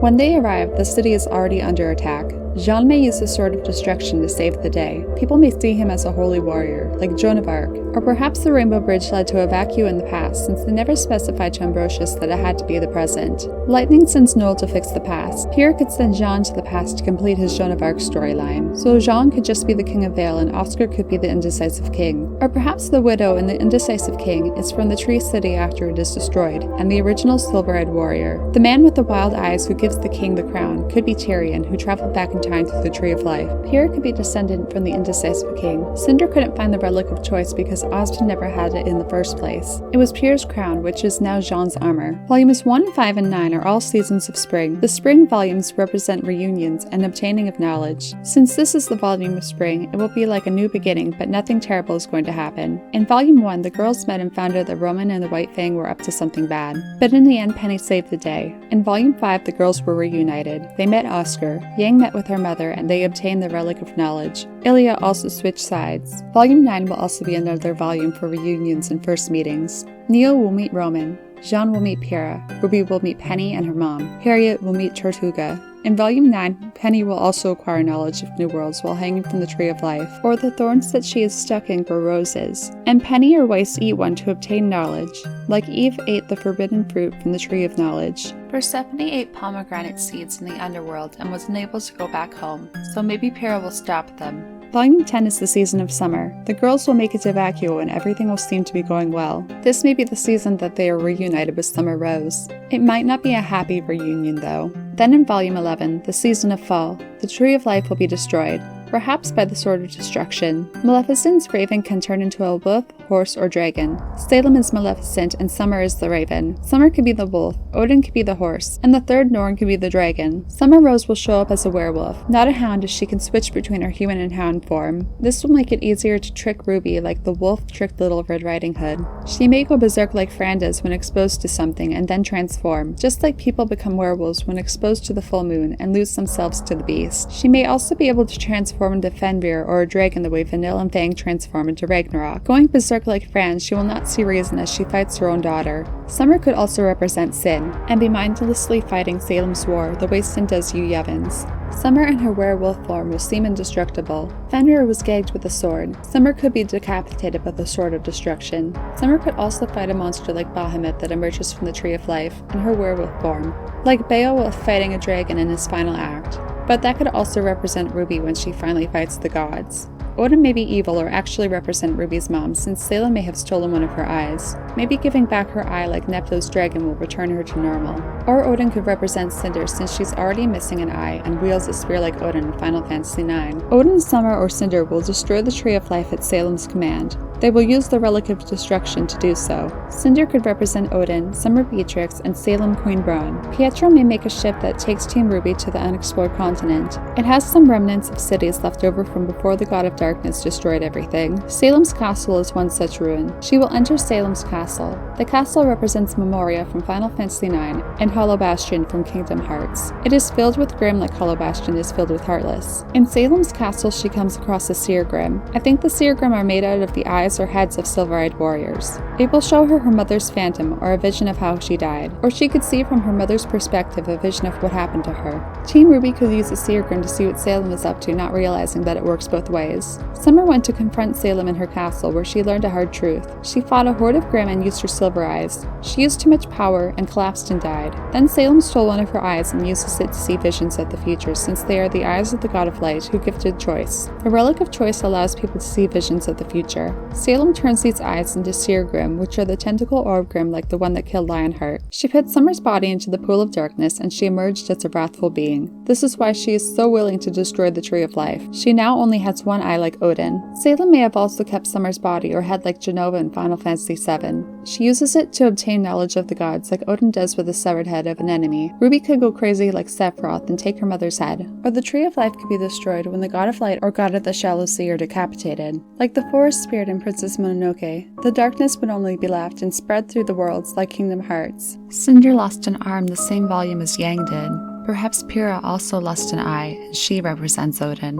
Pietro creates a rocket ship so that they can travel to other worlds like the one used in Kingdom Hearts, or he uses the stadium. They'll use it to travel to other worlds like the ones in Norse mythology. They could also use it to go to the moon and find ancient Grimm there that are left over from when the God of Darkness destroyed it. Pietro will work with them to save Penny, but he may double-cross them and disappear because it's the only way to save her. Nora may also disguise herself as her mother Odin and Auron to kill one god or both. Thor does kill the serpent. It's confusing whether this fight will be with the God of Light or God of Darkness. I think that the God of Darkness represents the serpent, but the God of Light looks like a serpent when it's in its dragon form. But in its human form it has the antlers of a stag. Nora will kill one of the gods and die. Cinder will turn against Salem at the final hour. The Grim Arm will kill her like Wormtail in Harry Potter, or absorb her into a Grimhound like Adele does to Renoa. If the latter is true, then Team RWBY will save her. Then Cinder will live happily with Emerald, or Emerald will end up with Ilia, who I think could be Jasmine. Or Pyrrha and Cinder will fight for control of their body. If Pyrrha takes control, she could be with Jean instead of Cinder's body. Or Jean will end up falling for Cinder. Or Pyrrha and Cinder's souls will merge into one like Ozma's reincarnations. After any of these things happen, people will try and punish her for Cinder's crimes. The gang will save her. Maybe people will try and burn her at the stake and Jean will take her place. Joan of Arc was burned at the stake at 19, and I believe Jean is 19 now. Perhaps after Pyrrha regains some control, she will ask Jean to kill her since Cinder could take back over again. I think he will refuse. Cinder may also burn Jean to death too, or they could be burned at the stake together. When Pyrrha unlocked Jean's semblance, she also bound her spirit to him. If Cinder kills Jean, maybe she will die as well. Or maybe Cinder will perish and Jean and Pyrrha will come back to life.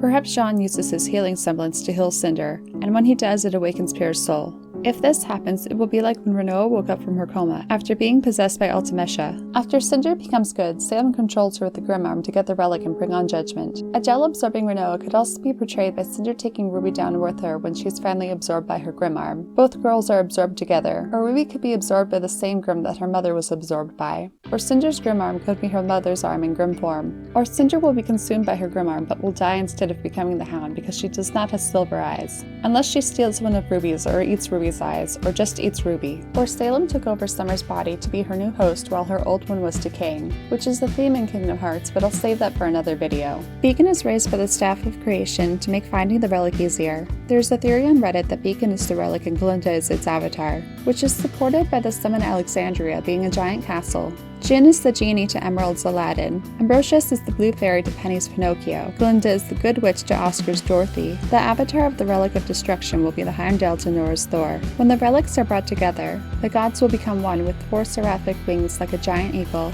The eagle from the Shallow Sea lives at the top of the Tree of Life. It represents Alexandria in Final Fantasy IX. When we see Oscar again, he will be aged up in a time skip like Hope in Final Fantasy XIII too. Somehow he will be separated from RWBY. One of the gods will trick him into letting them bite him so he can return to RWBY, perhaps in the afterlife. But then they will use him as a puppet like Bonavelsa uses Hope. It was also a trick when the God of Light convinced Ozma to return to life for Salem. Penny may also be used as a puppet. There's also a lot of similarities in the relationships between Hope and Vanille, and Oscar and Nora, the happy-go-lucky one cheering up the younger friend. Vanille also transforms into Ragnarok with Fang, and Ren represents Mulan, who is associated with dragons. Some even say that Mulan is the dragon in human form, so perhaps Nora and Ren will transform into a dragon together. They will also travel to the future to stop Salem.